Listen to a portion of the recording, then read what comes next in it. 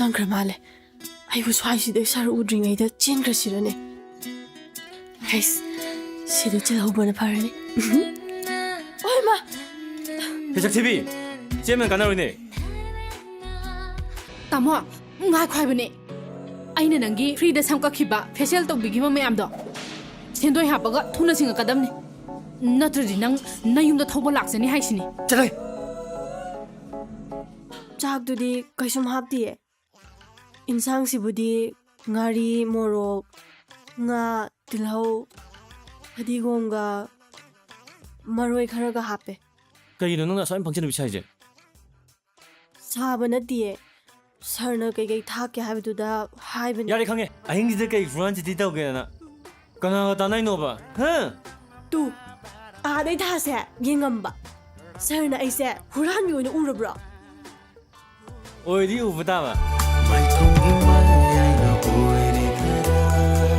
ꯃꯤꯅꯣꯛꯀꯤ ꯃꯥꯏꯔꯧꯅ ꯑꯣꯏꯔꯤꯗꯔꯥ ꯇꯊꯛꯀꯤ ꯃꯤꯠꯌꯦꯡꯁꯤꯗ ꯑꯣꯏꯔꯤꯗꯔꯥ ꯏꯪꯂꯕꯤ ꯅꯇꯧꯁꯤꯗ ꯑꯣꯏꯔꯤꯗꯔꯥ ꯃꯌꯥꯝꯕꯨ ꯇꯔꯥꯝ ꯅꯣꯛꯆꯔꯤ ꯉꯁꯤ ꯑꯩꯈꯣꯏ ꯑꯃꯨꯛ ꯑꯅꯧꯕ ꯚꯤꯗꯤꯑꯣ ꯑꯃ ꯄꯨꯗꯨꯅ ꯂꯥꯛꯆꯔꯦ ꯉꯁꯤ ꯑꯩꯈꯣꯏꯅ ꯂꯩꯖꯔꯤꯕ ꯃꯐꯝꯁꯤ MSDF ꯑꯩꯈꯣꯏꯒꯤ ꯐꯤल्म ꯑꯅꯧꯕ ꯃꯌꯥꯝ ꯑꯃ ꯀꯥꯞꯄꯤꯕ ꯃꯐꯝ ꯑꯃꯗꯨꯅꯦ ꯉꯁꯤꯒꯤ ꯐꯤल्म ꯑꯁꯤꯗꯤ ꯑꯩꯈꯣꯏꯒꯤ ꯑꯩꯒꯤ ꯁꯛꯊꯤꯕꯤ 2 ꯁꯦ ꯃꯌꯥꯝꯅ 1ꯒꯤꯗ ꯌꯥꯝꯅ ꯐꯖꯅ ꯌꯦꯡꯅꯔꯀꯥꯟꯗ ꯌꯥꯝ ꯆꯥꯛꯅ ꯂꯣꯏꯁꯟꯈꯤꯕꯗꯨꯅꯦ ꯑꯗꯨꯅ 2 ꯑꯃꯨꯛ ꯀꯌꯥꯃꯨꯛ ꯆꯥꯛꯅꯤ ꯂꯣꯏꯁꯜꯂꯀꯥꯟꯗ